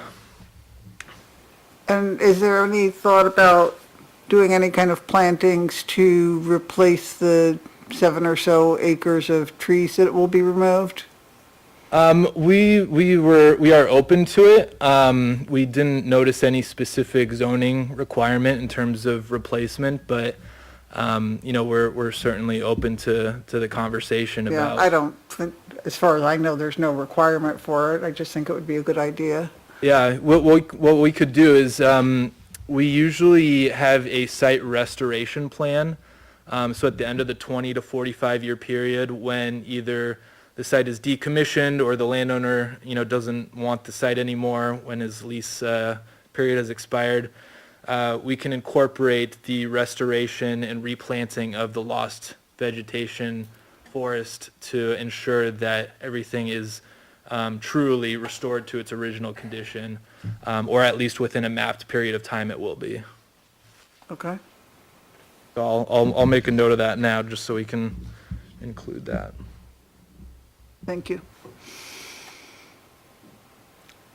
Anything else, Member Romo? Looking from Poplar Hill Road east toward the site, and just trying to understand the topography, does the land slope down from the road at that point? My memory of driving through there, which I do all the time, is that it slopes up, I thought. It does, yeah. So the site would kind of be on a table, above all of the area to the west of Poplar Hill Road. But existing trees and so forth would shield the view from Poplar Hill Road to the, Yeah, that from the times that I visited the site and from our visual renderings, it looks, everything appears as if there will not be any visual impact to these neighbors down here. There's a lot of vegetation kind of focused around here, also around here as well. And so as you look up, the first thing you'll see is the vegetation, the trees that are currently existing. So you won't have to wait, 4 to 5 years for any proposed landscaping to mature before you start to see any mitigation in terms of visual screening. Well, or we could require bigger landscaping. Yeah, you could. Yeah, you could. An you option could. for the board? But it doesn't look like it will be needed. In terms, if the overall goal is to mitigate visual impact, it looks like the current site conditions accomplish that without having to wait any time at all. So from day one, the site will be adequately screened. It appears from the actual visual renderings. So Poplar Hill Road goes from about 425 feet to 450 feet above sea level, uphill, going north. And then the western solar farm is at the 425 to 450, 60 feet above sea level. And then eastern is basically just around 550, give or take. So this is relatively flat, and this is sloping more from the south to the north downward. And what you're saying is there's a lot of vegetation along this relatively hilly area, and then again here, that's why you need to have the road go around it. Yeah. That was one of the reasons why we chose the road to kind of go that way too, is to minimize clearing, to accommodate the road and just make sure that we're screening the facility from day one. just coincidentally, when I was driving to this meeting, there was a radio program on NPR, and they were talking about solar farms and how a good number of them, of proposed installations never go through because of the lack of ability to connect with the grid. And that was one of the things that you mentioned early on. Could you elaborate on that a bit? Is it a done deal, or where are you with connecting with the grid? Yeah, that's absolutely right. The article, one of the biggest risk factors to community solar farms or distributed generation solar facilities is interconnecting the facility. If you don't have interconnection, you can't service community members with the generated electricity. So New York State has a very well-regulated community solar market, and they have very clear guidance in terms of how to approach interconnection with your specific proposed site. So back in almost a year ago from today, we had submitted an interconnection application with New York State Electric and Gas, and it's a fairly initial, easy submission. You have your, an electrical drawing and your site plan, which is similar to what I had showed you before. And they take a minimum of 4 months, as much as 6 months for 3 phases of review. It's a pre-interconnection screening, a pre-application screening, and then what's called a Caesar study, which takes about 3 months. And that's when they determine the full impact of generating this electricity. And I believe this property right here Yeah. is actually owned by New York State Electric and Gas. So this is, Yeah, there's a substation there. yes, so this is the substation that we're actually interconnecting to. And there's what's called a distribution line that runs along Poplar Hill Road and stops at our property around right here, kind of goes up and then over and then back down. So we're interconnecting right here. The electricity will come all the way down to the substation and then get distributed to the community, basically everybody within the region. So I'm assuming that you would require that all of that be confirmed before you actually start doing anything in terms Yes. of construction. Yes, so at the end of that review time with the utility, they generate a report and it says, in order for you to interconnect your system, we need to make all these upgrades to our equipment here and the equipment on the distribution line. And here's your cost estimate. So they gave us that cost estimate. We did all of our, financial modeling and said, okay, this works for us. So within 90 business days of receiving that cost estimate, you're required to pay 25% of that estimated cost. And so we've actually paid that already. And so we're fully committed to the project now. We've secured our spots. The NYSERDA, the governing authority for all the community solar projects, has recognized that we've paid this deposit. So we're very much secured. Thank you. That's all for me. All right, thank you, Member Romar. Member Villano? No questions at this All time. right, thank you, Member Villano. Member Robadier? No. All right, thank you, Member Robadier. Member Sedor? I just had a question about the seating mix. A lot of times in, say, a year or so, there'll be bare spots or it'll be washed out. Is there any plan to reseed if needed? Yes, in short, there are plans. We do, in our operation and maintenance plan, we do have a reseeding schedule or a vegetation inspection schedule. So, off the top of my head, I don't have that interval, but typically it's around 6 months to a year. They'll come out on site and specifically focus on inspecting either the vegetation and or, a variety of other things that we have on this checklist. So if anything is out of line, the procedure is to notify the site owner, which is us, and we're 3 or 4 hours away, identifying the problem, and from there we'll rectify the issue according to the O&M plan. Okay. So in short, yes, there is something in Beautiful. place. Thank you. I'm good. All right, thank you. Engineer Berger? The elevations in your rendering you showed seem to place the solar panels flat when the site really is kind of rolling. So are you planning on Can I- cutting down, or are your panels gonna step down as they go down the console? Are you referring to, if you could go. Both the left and right, east and west go from 560 down to 530, 30-foot drop, and yet that doesn't really kind of show 30-foot drop. It looks like they're flat. Yeah, I can see how that might look like that.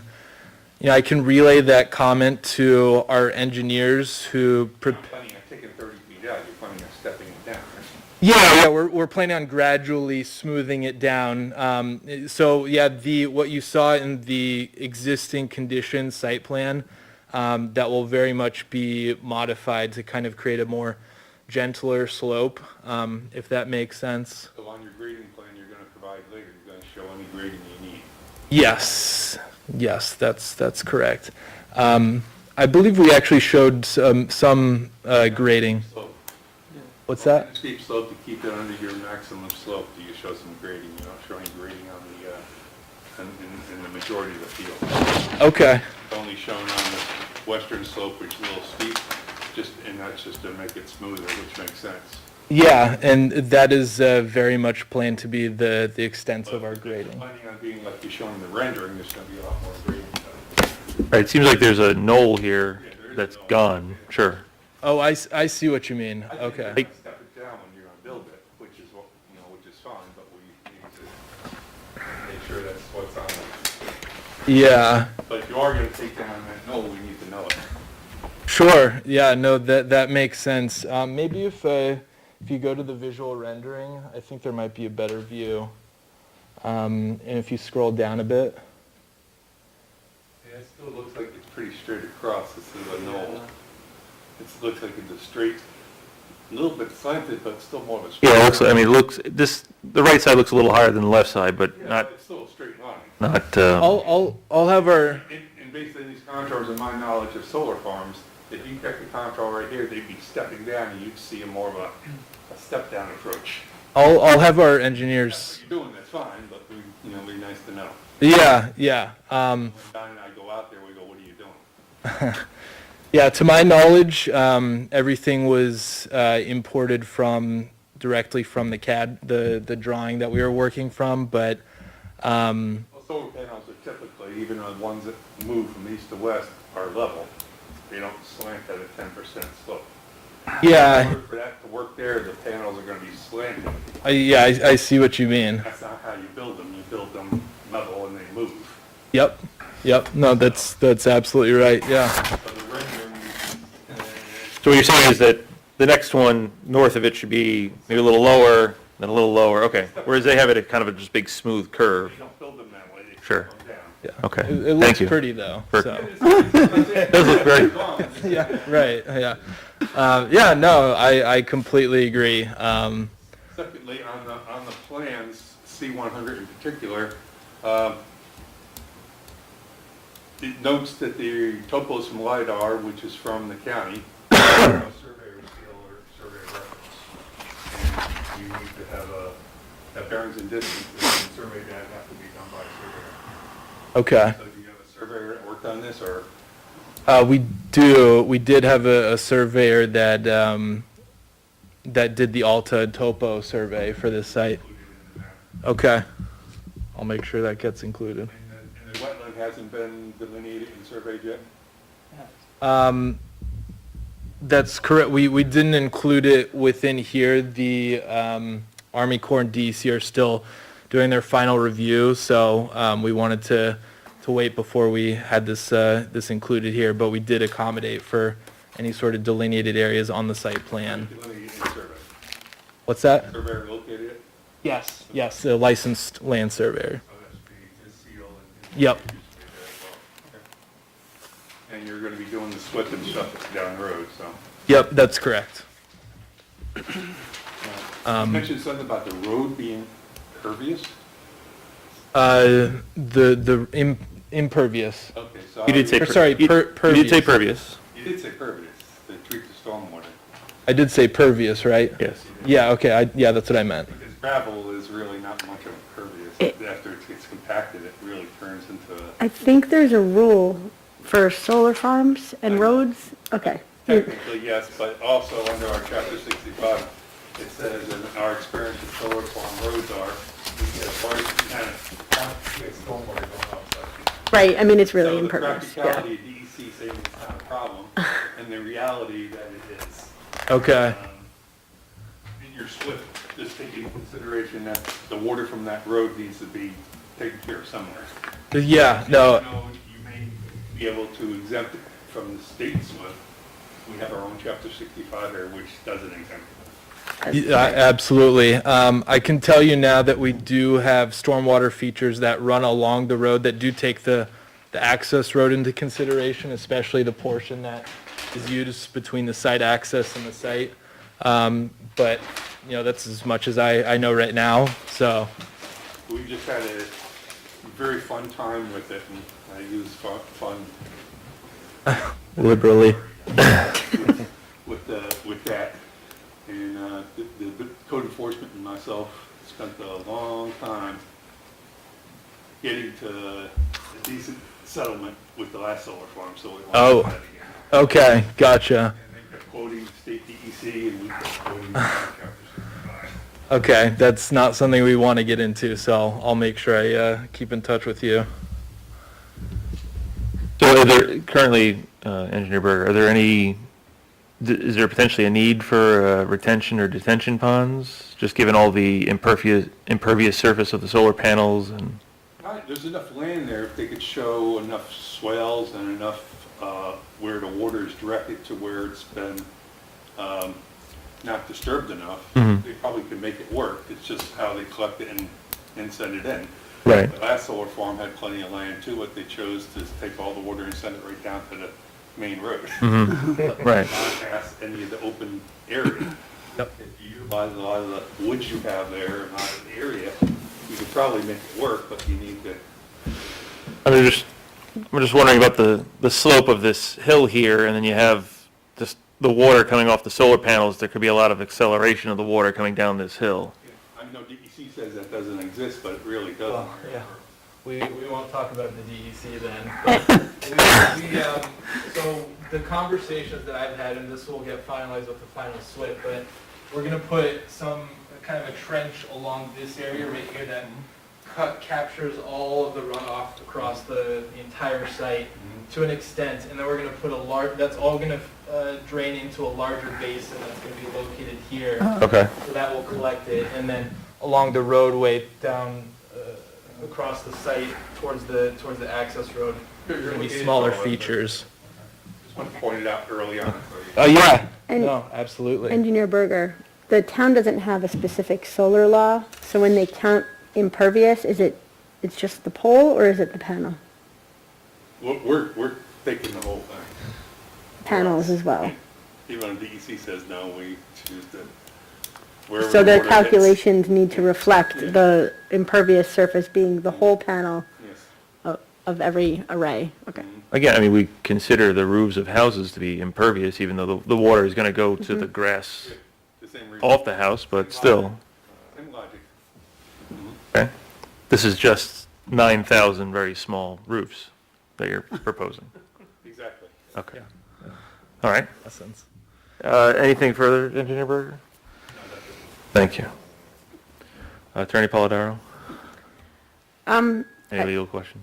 Sure, I mean, at the outset, this is going to be a joint application with the town board as well. They're going to have to issue a special use permit, and we'll coordinate with them when we have a more complete submission about who will be responsible for doing the majority of the environmental review. In the past application, it was the planning board that did a lot of the work, and then we referred it back. Oh, okay. So we'll work that out. We're not prepared to do any resolutions tonight because the Right. application still needs additional information. The two questions about the site. The site also has a very large piece to the east, which goes down and around, and this, in some sense, cuts off access to it, although I suppose it's hard to cross the wetlands anyways. Let me identify it so you can see. Yeah. Yes. Okay, It's so very steep. very steep.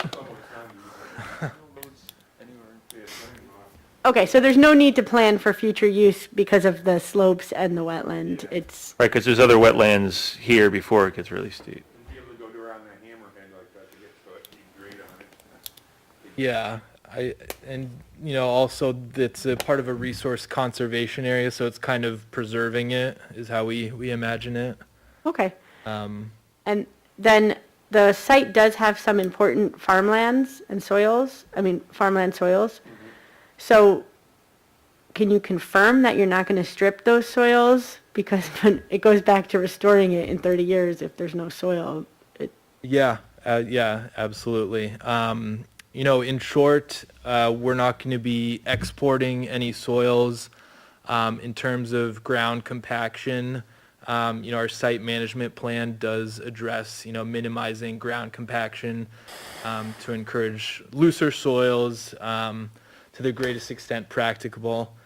Those pollinator seeds, that also kind of encourages opening up the soil to kind of preserve it for future farm use. But, we are very cognizant of being able to farm these types of sites. We actually do look into agrivoltaics, which is a pretty interesting dual use with solar and agricultural blended. But so we do have that in mind for sure. Okay. And then as far as the seed mix that was asked about earlier, you're calling it a pollinator mix, but it sounds like it's grass? Yeah, it is. Okay. That's as I can give you some more details regarding the actual type of seed mix that we use. Special grass that's a perennial, not an annual. Yeah. The other solar farm. So Okay. I think the board moving forward, if you are interested in wildflowers and other pollinators for butterflies and Right. bees, not just grasses, especially on the areas outside of the panels that are going to be disturbed, you can require a different seed mix to be used. I mean, I would think when you say pollinators, most people would think of flowers. Yeah. I'm not too familiar on the exact type of seed mix, but based off of my knowledge of He said it was pollinators, grasses. yeah. Right, and then you said it was grass. So I'm just, was it grass or is it like wildflowers? Yeah, let me get back to you on Okay. that before I misspeak. Okay, but something for the board to consider. I mean, you have Sure. authority here to talk about different planting areas. Some could be for wildflowers, while others maybe right under the panels are the grasses because they don't grow as high. So we can continue that conversation as you go through your review.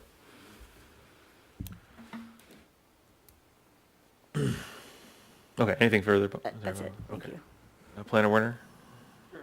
It's quite a few comments, but I'll try to, get to the main points. Victoria mentioned already, this is a special permit from the town board necessary for this because solar farms are not specifically called out in the town code. So we have to figure out who the lead agency is going to be. I think we'll discuss that with the town board.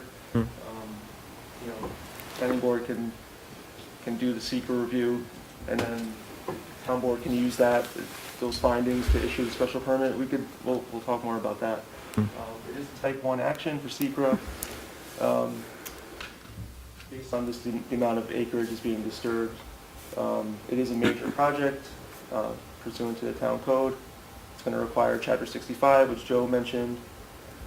It doesn't look like it needs ARB because it's not structures, so that's what number 5 is talking about.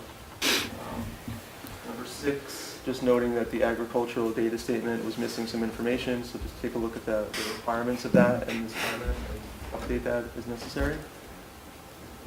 Number 7, this comes up with every special permit. There is the list of findings that are necessary for the planning board in order to make a decision. It's code section 145-61A3. Again, we're early in the process, so we can't make those findings yet. A lot of it comes out of the studies that are being done for the environmental review. So, once we get all the information and questions answered and we get closer to a determination, we'll also be able to get the list of itemized special permit findings for the board to look at. And we can talk about that later. All right, number 8 just mentions a SWIP and SHPO. We have the SHPO no impact letter already. It sounds like they looked at it wasn't clear to me, but you actually did a 1B, like you actually you did test pits in areas where you thought were sensitive? Yeah. Didn't find anything. Yeah, I'll follow up with that document. My interpretation of the letter was that you got you know, you did a 1A, which is a desktop narrative report, which says, yeah, it's sensitive. And then 1B is where you go out and actually sample, and then you give them the results, and they say, okay, you're fine, no impacts. It wasn't Yeah. clear what, if they ended at the 1A stage saying it's not significant, don't test further, or they actually made you do the 1B. I just wasn't sure. So if you can answer that down the road, that'd be great. Either way, there's a no impact letter on file from SHPO. Deferring to Joe on the SWIP and steep slope stuff. Sounds like we'll get more information on that soon. It's going to be referred to county planning because it's within 500 feet of county road and agricultural district. It's in an agricultural district. And the new driveway is going to be subject to highway work permit, and Dutchess County will take a look at that too. County work permit, not a state. Let's see, we talked about the wetlands. I'll get just further comments on the wetlands further down in the memo. I am recommending that we refer this to the fire department, take a look at circulation, access. Number 14 just mentions the Oblong Land Conservancy does own the property to the south. I think it's a good idea to have them look at this too, if they have any comments on connectivity of that wetland area or any concerns with site disturbance on their land or how it affects their land, so we'll refer it out to them. You mentioned that NICEAG, you're pretty far along with NICEAG, so another thought was that they just be also included on this, even though I'm sure they know about it. But if you can produce also, any documentation for the board, like their approval, anything in writing from them, I think that's useful. And then number 16 just gets to the agencies that we think are involved or interested in reviewing getting a copy of the application and refer it for SECR. We've got DEC, Army Corps, based on the wetland issues and wildlife issues for DEC also. SHPO, which already occurred, but it's still required because of the SWIP. We had Public Service Commission, but it's probably more appropriate to have NYSERDA in that place for D. So when we get to that point, when we have a resolution, I'll make sure Victoria and I coordinate on that. NICEAG's there, Dutchess County Highway, Town of Dover Highway, the Fire Department, and the Oblong Land Conservancy. Okay, so then the next section, just getting into site plan issues. Talked about the agricultural soils, and that wasn't shown at all on the existing conditions. I think it would be important to show the soil classifications, because they are considered kind of statewide important in this area. There wasn't a lighting plan, but it sounds like there isn't one proposed, but just, clarify that for us. I don't think there's any water supply or septic either. And for landscaping, it sounds like you're not proposing a detailed landscaping plan other than the seed mix issue, but, a site plan requirement by the code is to have at least some level of landscaping. So, we're going to have new trees, at least show those. Some kind of a planting plan with the site plan package. The setbacks for in the code here in Dover, it's measured from the center line. So if your front yard isn't dimensioned properly on that site plan set, that's what number 18 says. And then 19, the driveway that's proposed is, I think, in conflict with the Go up to 19. setback requirements for 19 basically is, if you look at code section 14530C4, lots with 100 feet or more of frontage shall be set back at least, driveways shall be set back at least 20 feet from side lot lines. And it wasn't dimensioned on the plan, but it looks like it's not meeting that, so take a look at that. Number 20 is asking about the fence, because there's code requirements about that too, especially within the setback areas. It wasn't clear how tall the fence is. If you're going to be taller than 6 feet, they need to be beyond the setback distance. Keep that in mind. Take a look at that section of the code, 14530G. Okay, you mentioned the equipment pads are going to be transformers. There's some more information that we want to see for noise on that, which is further down in the noise section. I think you answered number 22 already, but the lease area showing on the plan includes a large portion of the entry road. I guess that's because the owner wants to build a house and they want to use that. But, I mean, the lease can be non-exclusive. You're gonna have to show that you have access to the site. Yeah, that's something that we have. We can provide the lease agreement that kind of addresses that, but I'll make sure that's addressed. 23 gets into steep slopes. Joe's Court, I just wanted to point out that does seem to be a 26% maintenance of the slope there, which is technically a steep slope, so it's subject to the code, steep slope regs. I'm not going to go through all these EAF comments. They're mostly editorial, so just make sure that these are addressed next time, and we can maybe be in position to circulate it. That's 24 through 36. Okay, then on the wildlife front, it sounds like the reports I looked at, you have appropriate habitat for Indiana bat, bog turtle, timber rattlesnake, some other protected plants as well.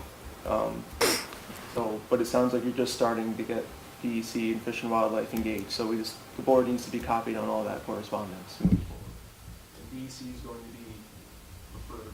The application's going to go to them, so they'll probably issue a comment letter to the board's attention once they get the secret materials. But we want to get to a point where they give you what they want for mitigation, you're proposing it as part of the project, and we have kind of closure on that. We can't really move forward without, since they're engaged already, we have to make sure that's what you're doing. Is there a specific person I should copy from the board? Just submit it with your next, Okay. You can keep making submissions if it comes to that, but, it's always goes to Marilyn, the secretary, and she distributes it. If you're going to make your next submission addressing a lot of these questions, if you have anything from them at that point, include it. Onto the wetlands, so same thing, it sounds like the delineation occurred. Wetland A, I have a picture of it, right, if you want to scroll down a little bit more, Chairman, right there. So wetland A is the isolated wetland, it's right in the middle. You have to figure out whose jurisdiction that is. It sounds like you're in the process of doing that because Army Corps, you mentioned you've been talking to them. Is that correct? Yep. And DEC? And DEC, yep. There's a chance it could be under both or just Army Corps? It looks like the DEC has claimed jurisdiction over the wetlands. Including A? A, B, and C. Oh. Okay.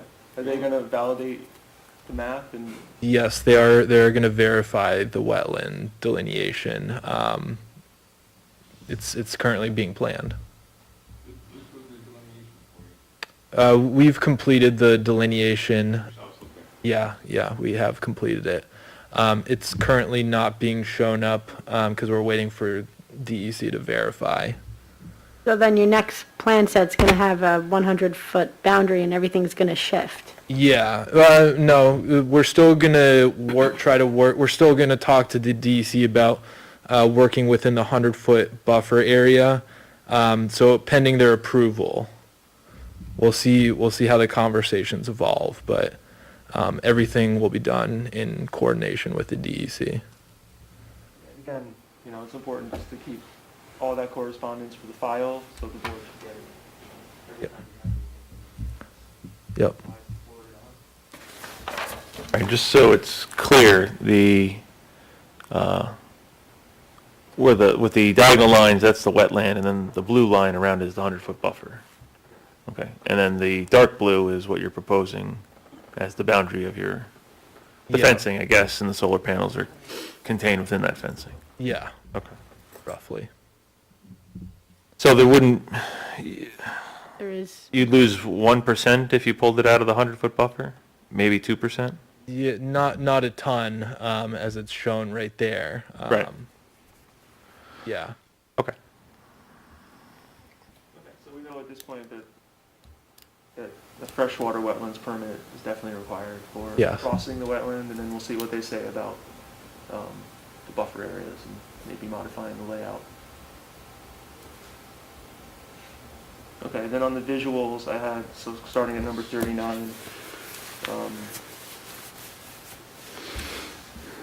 kind of what we've heard already. It seems like you've gone out and you've looked at neighboring roadways, and you're saying that you're not going to see it, but I think it would be useful to maybe show how you got to this point. Like, how did you narrow down your where you're going to show the views from? Like, how did you eliminate this view? How did you eliminate that? Like, you got photographs to show that you can't see the site? I think it'll be useful just to show us how you did that. Joe's comments about having the grading reflected in the rendering, I think is important. And also, I called out that the roadway alignment is off. I mean, if you scroll down, you can see that's the site plan on top that was submitted, and then that's the rendering. The road goes way south and then curves up, and it goes along the whole end of the western array there, but it really doesn't do that for the site plan. So, if you update that, you're probably looking at preserving more tree screening. I think that's some vegetation right at this point. Yep. So, I think that would be good to update, especially the view from Poplar Hill might be improved if you get it right, so. Okay. Also, you don't show your equipment pads or the fence on the rendering. I think it might be useful to have that too.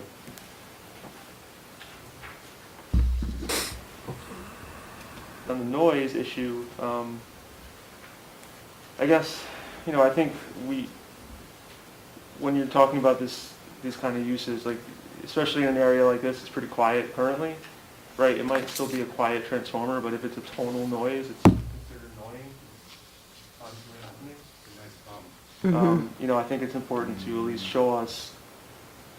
I mean, we would like to look at the specs if you have those, but also if you could show some kind of modeling, doesn't have to be a huge amount, but how, in relation to the existing uses around different houses nearby, the distance from those houses to the transformer, what is it looking like as far as the noise traveling?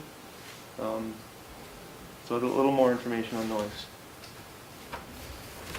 We can have a call, if you have, your consultants have questions, you want to talk to our noise team. Just saying it's going to be like human speech. Yeah, no, I already have an idea. Keep crying versus the person talking. Yeah, provide the spectrum of where it falls. Yeah, no, absolutely, I completely agree. I'll pass that along. So yeah, I mean, the recommendations, I don't think we're ready to circulate, and we don't have anything tonight to do that. But if these can be addressed, and maybe next time we're in a better position to start that process of referral. In the meantime, we can talk to the town board and get the lead agency ironed out. Maybe a little site visit. I think escrow has to be complexity and then amount of review required. So, I think we start with like a 10,000 escrow.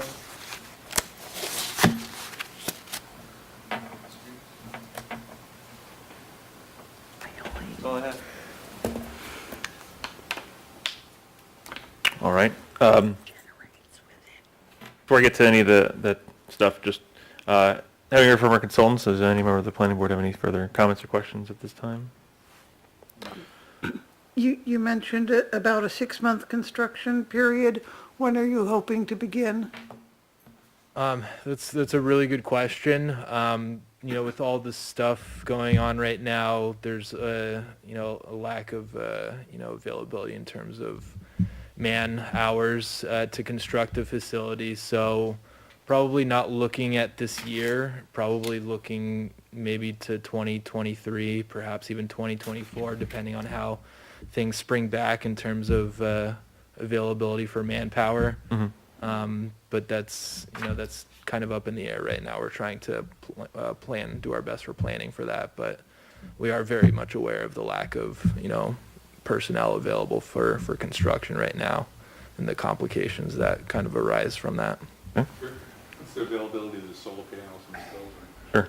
Sure. Yeah, that's also another good question is procuring the equipment. That's the problem. Yeah, so right now we're trying to look out, a year, 2 years ahead and kind of do our best with planning, but, first step is to confirm that we have a site plan that, is solid, firmed up. If you could build in 2023, that would be good. That's what you're saying. Yeah, I mean, it's in everybody's best interest that we get it constructed as soon as possible so we can start serving the community, get some tax dollars going. That's our primary objective is to get it online as soon as possible. Can one of our consultants remind the board and the public of the limitations for tree cutting with respect to the Indiana bat? It's Yeah, it's October to March. Okay. But it's, and DEC will get that in writing too, as part of their review, Sure. but yeah. Yeah. Yeah. Right, so, I mean, they're seeking approvals now, but if their approval comes in September, then they're waiting till the following April, Yeah. cutting trees down. Yeah. It probably won't be an issue, if we get site plan approval this year, but yeah, very much. I mean, DEC does allow, and they've been being flexible, that you can get a monitoring plan done early. Right. With them specifically, go out and monitor the trees Right. after that period of time. Sure. And you work with them, we did that, that was done by the Dover Solar as well as Scripps Right. Valley did that. But 2023 sounds like you have a reasonable timeline. You're not coming here saying, we'd like to start cutting down trees in 2 months and. Right, and Okay. there are ways we can phase the construction too. We could build around the trees and, then kind of complete the construction. Sure, Yeah, but yeah, good to know, though. yeah, okay. And so our next meeting is March 7th with a submission deadline of February 18th. Should we expect a submission by February 18th? As of now, no, we want to completely resolve any of the comments with the DEC before we go to the next stage, so we can kind of come back, minimize total number of meetings. So we'll Your keep it- anticipation for coming back to us would be when then? Probably, let's see, probably April, I want to say. Okay, so for our April 4th meeting, the deadline is March 18th. Yeah. So you're saying that you plan on submitting by March 18th for the April 4th meeting, or you plan on submitting in April for later in April or May? Yeah, sorry, submitting by the middle of April, so we can be, For- I guess, on. In May? Yeah, Okay, that's good for us to know, thank you. okay. All right. Sure. Okay. So at this time, I guess, so really at this time, I mean, just given that it's winter, it's February, maybe we want to hold off on trying to do a site walk until we get a fuller submission in April. So we got the site walk in April or May. Does that make That makes sense? sense. Okay, Okay. yeah. Okay. And then, do we need to vote on increasing the escrow? Yes. Okay. So it was proposed to increase the escrow for Poplar Hill Solar Project to $10,000. All right. Motion made by So moved. Member Rahman, seconded by Second. Member Sador. Any comments, questions? Seeing none, all in favor of the motion to increase escrow, all in favor say aye. Aye. Aye. Any opposed say no. Okay, the motion passes 5-0 with 1 absence. Okay, I don't think we have anything further with Poplar Solar, I mean, Poplar Hill Solar. just as we work through the process, we'll talk about a decommissioning agreement and a pilot agreement with the town potentially, but, that's all premature until there's a viable plan. Okay. On the escrow, is that 10,000 additional or total Additional. additional? Addition. And then we have another check coming in for, I guess, the special, because there's a site plan application fee and then a special permit application fee. We're working on the site Yeah. plan, the other one. I appreciate you looking at me as a chairperson, but I don't handle the checks. Fair so. enough. 2665, yeah. I get it. All that goes through the secretary. Thank you. Okay. All right. Well, thanks so much, everyone. Thank you. Thank you. Thank you.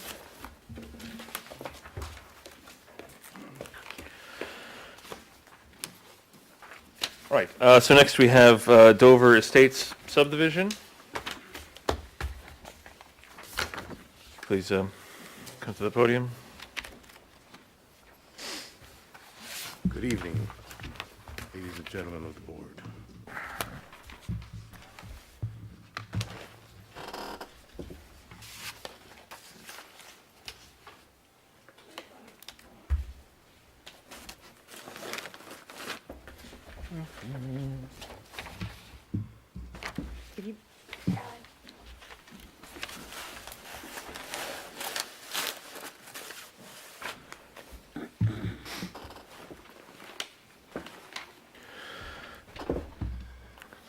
So, Mr. Rusciano, correct? Yes, sir. Okay. So Dover Estates subdivision? Yes, All right. I have to ask while you're pulling it up, did you bring your check for the rec fees? yes, I did. Excellent. Okay. Who do I give that to? Marilyn, when she comes back. Yes, still not me. Yeah. Let's get that before we vote. Okay. All right. Okay, so is there anything that I should bring up here? So I basically just want to renew my permits. We're hopefully planning to start that this year. Okay. And I do have the rec fees. Okay. Now, looking back at the minutes from 2011, when this all got approved, there was some, if you go back to, I believe the file name looks like 2011-0801 Planning Board Meeting Final, page 16 of 23. Where would I find this? These are the minutes from? Yeah. You're going to have to go to the website, I guess, and pull up the minutes.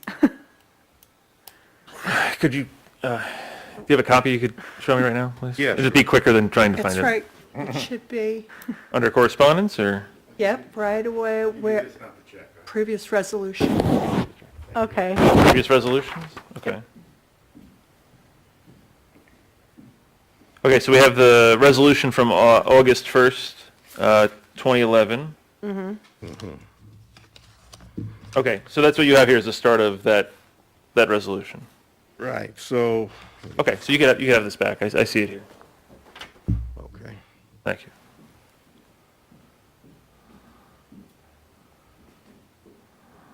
What is the, I can't, I'll zoom in. oh, thank you.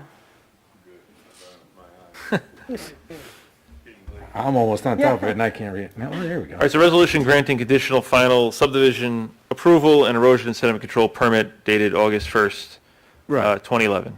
If you go down to the highlighted section on page 16 of 23, Okay, you're looking in the minutes, so we have it here highlighted in the resolution, but is this the same? If you look up on the screen, on the no. wall? What page is that? I can't see a page. Well, it would be like just the next page after, so let's see, there's 1, 2, 3, 4, 5, 6, 7, it's in the seventh whereas. So I believe we're looking at two different documents. Okay, so this is the The resolution. resolution. So what you're saying what? He was talking about the minutes? But, It was so, a section, waivers and recommendation, and recommended. Waivers and, It's page 16 of 23. in the minutes, I believe it's the minutes. can you just read it to us? yeah. It says, some small items of review were recommended for waivers. The checklists, the rain garden swales, et cetera, were provided, So that's the be it As- for the first as resolve well clause. as the bond estimate requested for $16,405. So it was always my understanding that the bond was waived. I think it was the estimate that was waived because normally you have Okay, to do an this- estimate. Here, And if I'm guessing, because I can't remember off the top of my head, but an estimate is the requirement that something be prepared to certain standards versus the actual bond requirement. We did submit an estimate back then. There was an estimate submitted. I believe, I mean, it's clear from the resolution that the board did not waive the bond requirement. The minutes, don't always capture the full conversation, and the resolution is controlling. Okay. I See, just- if you look at number 2 there, Right. So it there's says no- submission of a performance guarantee in the amount of $16,405 in form, substance, matter of execution. So there may have been some paperwork related to the bond that was waived, Okay. but based on this document, the planning board did not waive the bond itself. Okay. I needed clarification. That's the way I remember it. Worth a shot, but, I mean, Thank you. the resolution is clear. Okay. Okay. And I believe we're up to date with we haven't received any statements for the escrow.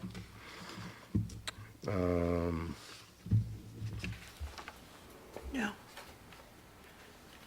No, we're not. The escrow on, we're talking about Dover This Estates. is Dover Estates subdivision. Okay. The Dover Estates subdivision, the recreation fees are still outstanding for $15,000. And we also have an inspection escrow of $1,000. That was never paid. So my last statement, I have brought with me tonight the statements that I received, and they were from, I think they were this,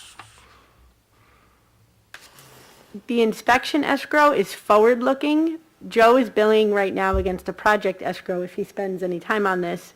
Once you get the permit, then this inspection escrow kicks in. okay. So that won't be billed against, Okay, there would so be no that- time on it yet.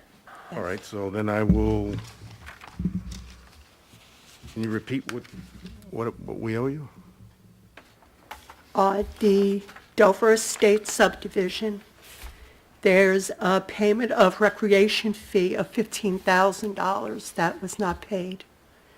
And also the performance bond and the inspection escrow of $1,000.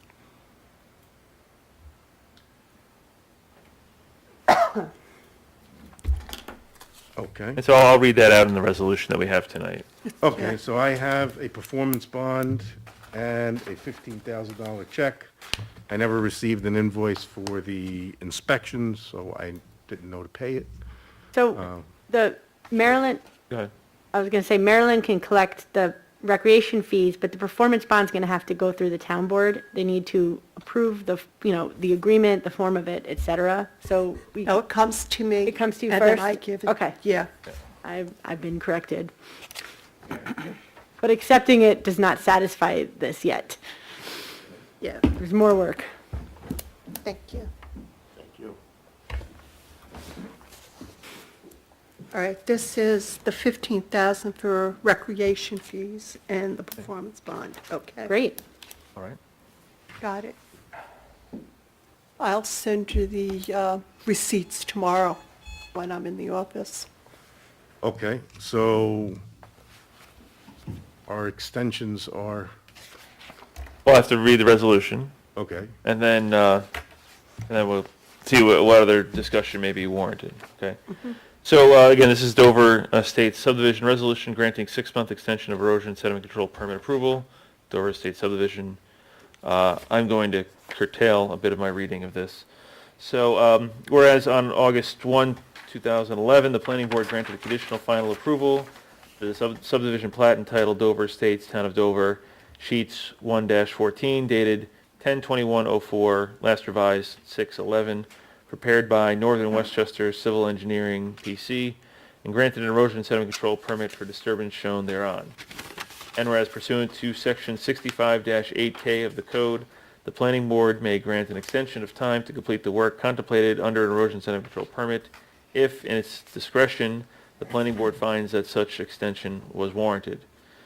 Okay? And whereas on December 19, 2011, the planning board granted the applicant a 6-month extension of time, ... Whereas the planning board granted the applicant a second 6-month extension, ... Whereas the planning board granted the applicant a third 6-month extension, ... A fourth 6-month extension, ... A fifth 6-month extension, a sixth, a seventh, an eighth, a ninth, 10th, 11th, 12th, 13th, 14th, 15th, 16th, 17th, 18th, and Whereas on July 19, 2021, the planning board granted the applicant a 19th six-month extension of time to February 1, 2022 to complete the following contemplated under the permit.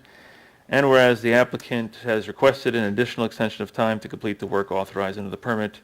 And whereas permit renewals are type 2 actions under SECRA. And whereas the planning board has considered the particular circumstances of the applicant which warrant an extension thereof. Now therefore be it resolved that the planning board hereby grants the applicant a 20th six-month extension of time to August 1, 2022 to complete the work contemplated on the erosion sediment control permit as shown on the approved plan entitled Dover Estates, Town of Dover, Sheets 1-14, dated 10/21/04, last revised 6/11, prepared by Northern Westchester Civil Engineering, PC, subject to satisfaction of the conditions set forth in the resolution adopted by the board on August 1, 2011, subject to the following conditions. 1, payment of all fees, recreation fee of $15,000 and escrow. 2, within 30 days of this resolution, the applicant shall post a performance guarantee in the amount of $16,405 and inspection escrow in the amount of $1,000 in accordance with the approval resolution. Failure to satisfy this condition will automatically void this extension. Be it further resolved that before the authorized official may issue a certificate of compliance, the planning board engineer shall provide the authorized official with a written statement indicating that all work authorized under the permit has been completed in accordance with the approved permit. This resolution is being offered by So moved. Member Sador, seconded by Second. Member Villano. Discussion. Okay, so we have the payment of the recreation fee. It says all fees. It calls out the recreation fee. Are there any other fees? Yeah. Okay. And escrow. And Is Dover the Dover State escrow. subdivision up to date with its escrow? Yeah. Yes. They'll let him know when it falls below the 50% threshold. All right. Thank you. Okay, and then within 30 days of this resolution, the applicant shall post a performance guarantee. So you have a check for the amount of $16,405. The planning board attorney is saying the town board, Right, the town board needs to review and accept it. I don't. so that would whatever be at format. the town board's, presumably, that would be at the town board's regular meeting at the end of February. Okay, so 20, no, Yeah, I'll give this to Bonnie tomorrow. 2.5 weeks from now. Okay. And inspection escrow of $1,000. Okay, so you're saying you were not aware of the inspection escrow of $1,000? No, I did, Okay. we were up to date on the invoices that we received. I see, okay. So the original resolution has submission of $1,000 to be placed into escrow to cover the cost of site inspection by the planning board consultants, okay? This is the same $1,000 there and here, Right, correct? that's- Yes, there, correct. yes. It- All right. So inspection escrow, $1,000. You have 30 days from now, so by March 7th, Yes. right? Okay. I would suggest before March 7th. It might snow, who knows? So again, the last sentence in the, therefore be it resolved, number 2 is failure to satisfy this condition will automatically void this extension. Okay. So that's, just want to make sure that everybody's clear about that, right? Yes, thank Okay. I mean, we could change it to say 45 days if you want to give the town board more time, but, No, I mean, they have a meeting at the end of the okay, month, and fine. Town board has a meeting the 9th, the 23rd, the 16th. Okay, so you've got several meetings. Yeah, we have a lot of town board meetings coming up. Okay. so I guess, are you recommending it be 45 days because there's a potential that he submits it 28 days from now, and then the town board has a meeting sometime No, after that, and it's not within 30 days, and we As don't long want him to as- get caught up in some, As long as Bonnie has it, okay, it's considered in, and then Okay. she puts it to the town board. all right. So as long as you have it in before Well, the bond's already submitted. Well, the $1,000 inspection escrow, Right. okay. Yes. right, So- we wanted to put a timeline on because the conditions just continuously carry over right. and, So again, so within 30 days, submitting that $1,000 to the planning board secretary you've been dealing with, Yes. she'll forward that to the town clerk's office, and then that would be within 30, as long as you do it within 30 days, then that last sentence $1,000 is will not go accurate. to the finance department. Sure, Okay. okay. Where it's supposed to go, okay. Yeah, I know where, I'll know. Yes. I have these little. Again, I don't handle the money, so, like I said. Yes. All right, It's amazing. so are we all clear on this resolution now? Yes. It's what you need to do, what the town needs to do, okay. Any further discussion on this resolution? Thank you. Seeing no further discussion, all those in favor, the resolution granting 6-month extension of erosion sediment control permit approval, Dover Estates subdivision. Secretary, please call the roll. Chairman Courtine, Aye. Member Bolano, Aye. Member Sador, Aye. Member LaRobier, Aye. Member Roman, Aye. All right, the resolution thereupon adopted, 5-0 with one absence. Okay, so that's it for now for Dover Estates subdivision. Also, another of the town board approved renewal fees for erosion and sediment control at the last meeting. So in the future, there'll be a $150 fee for each extension. or If you don't get the renewal. work done in the next 6 months. If you need another extension 6 months from now. Yes. Is what you're For saying. each one. Yes. Yes. Okay. Okay.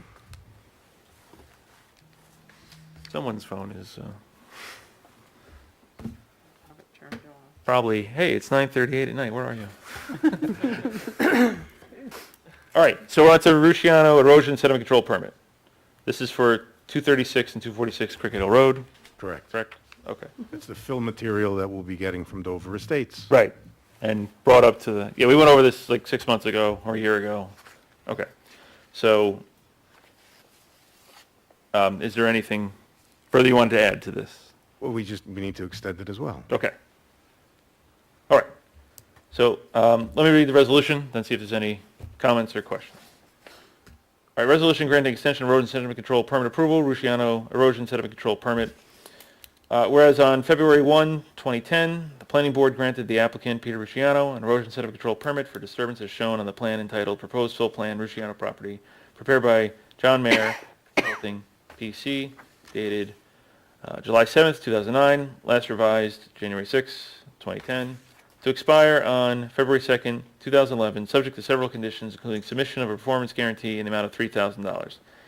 And whereas on October 4th, 2010, the planning board granted the applicant a 6-month extension, the second 6-month extension, a third, a fourth, a fifth, a sixth, a seventh, an eighth, a ninth, a 10th,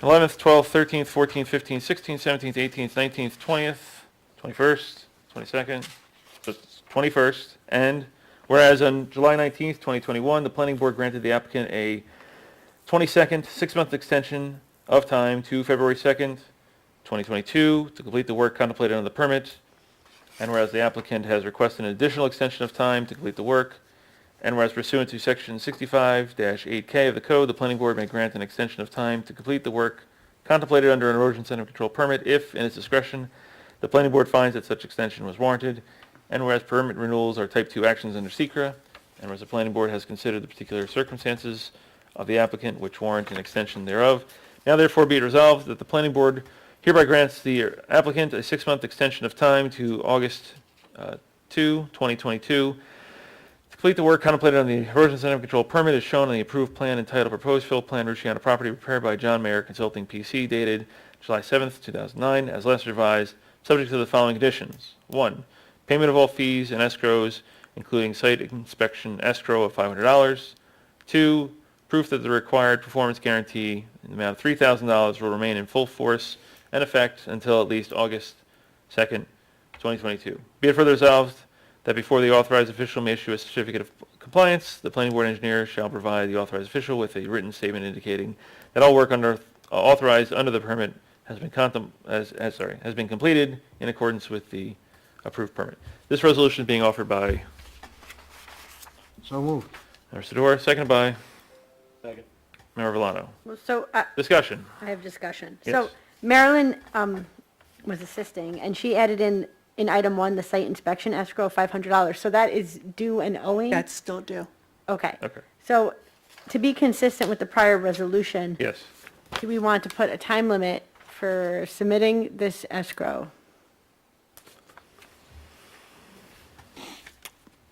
All right, I'll make a motion to amend number 1 so that it reads, Within 30. within 30 days of this resolution, comma, payment of all fees and escrows, including site inspection escrow of $500.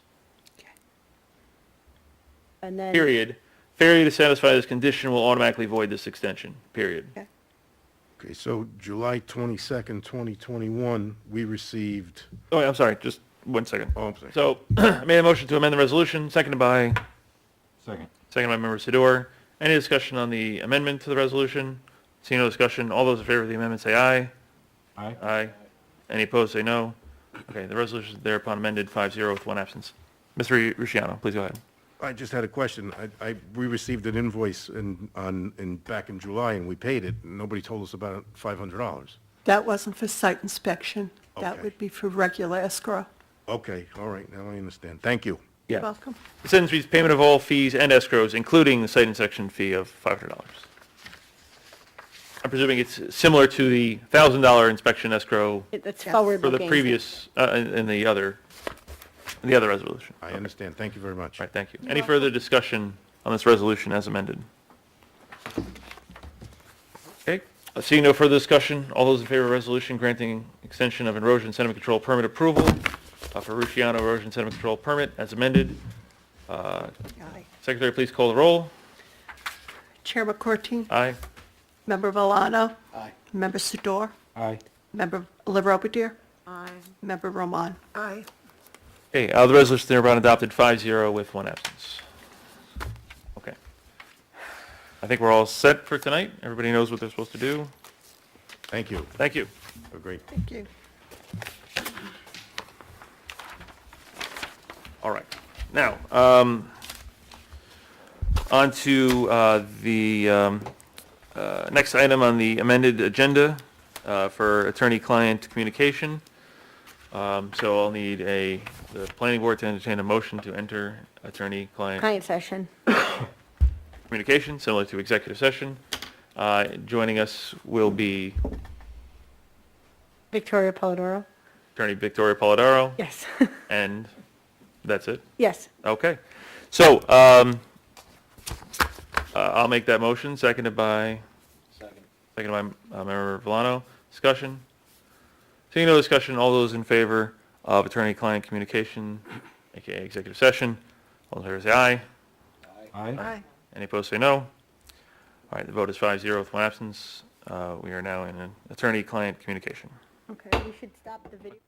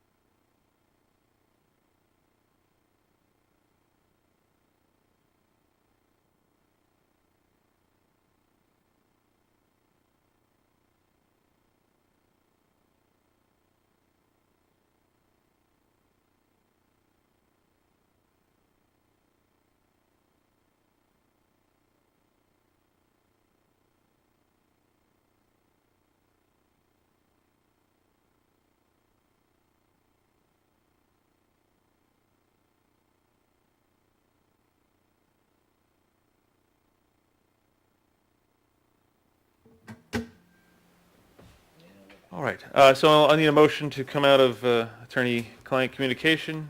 Motion made by myself, seconded by member Rahman. All those in favor, say aye. Aye. Any opposed, say no. The vote is 5-0 with one absence. No decisions were made. Moving on to next item on the agenda was the approval of the minutes from January 3rd, 2022.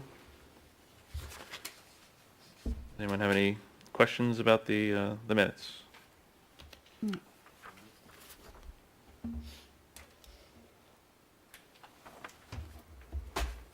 Okay, so we'll need a motion to approve the minutes. Motion made by So moved. member Rahman, seconded by Second. member Sador. Discussion? Seeing no discussion, all in favor, say aye. Aye. Aye. Any opposed, say no. It's 5-0 with one absence. All right, our next scheduled meetings are March 7th, has a deadline of February 18th, March 21st, which has a deadline of March 4th, and April 4th, which has a deadline of March 18th. All right, is there any other further business before the planning board? All right, seeing no further business, I'll make a motion to adjourn, seconded by Second. member Villano. All in favor of adjourn, say aye. Aye. We're adjourned. I've been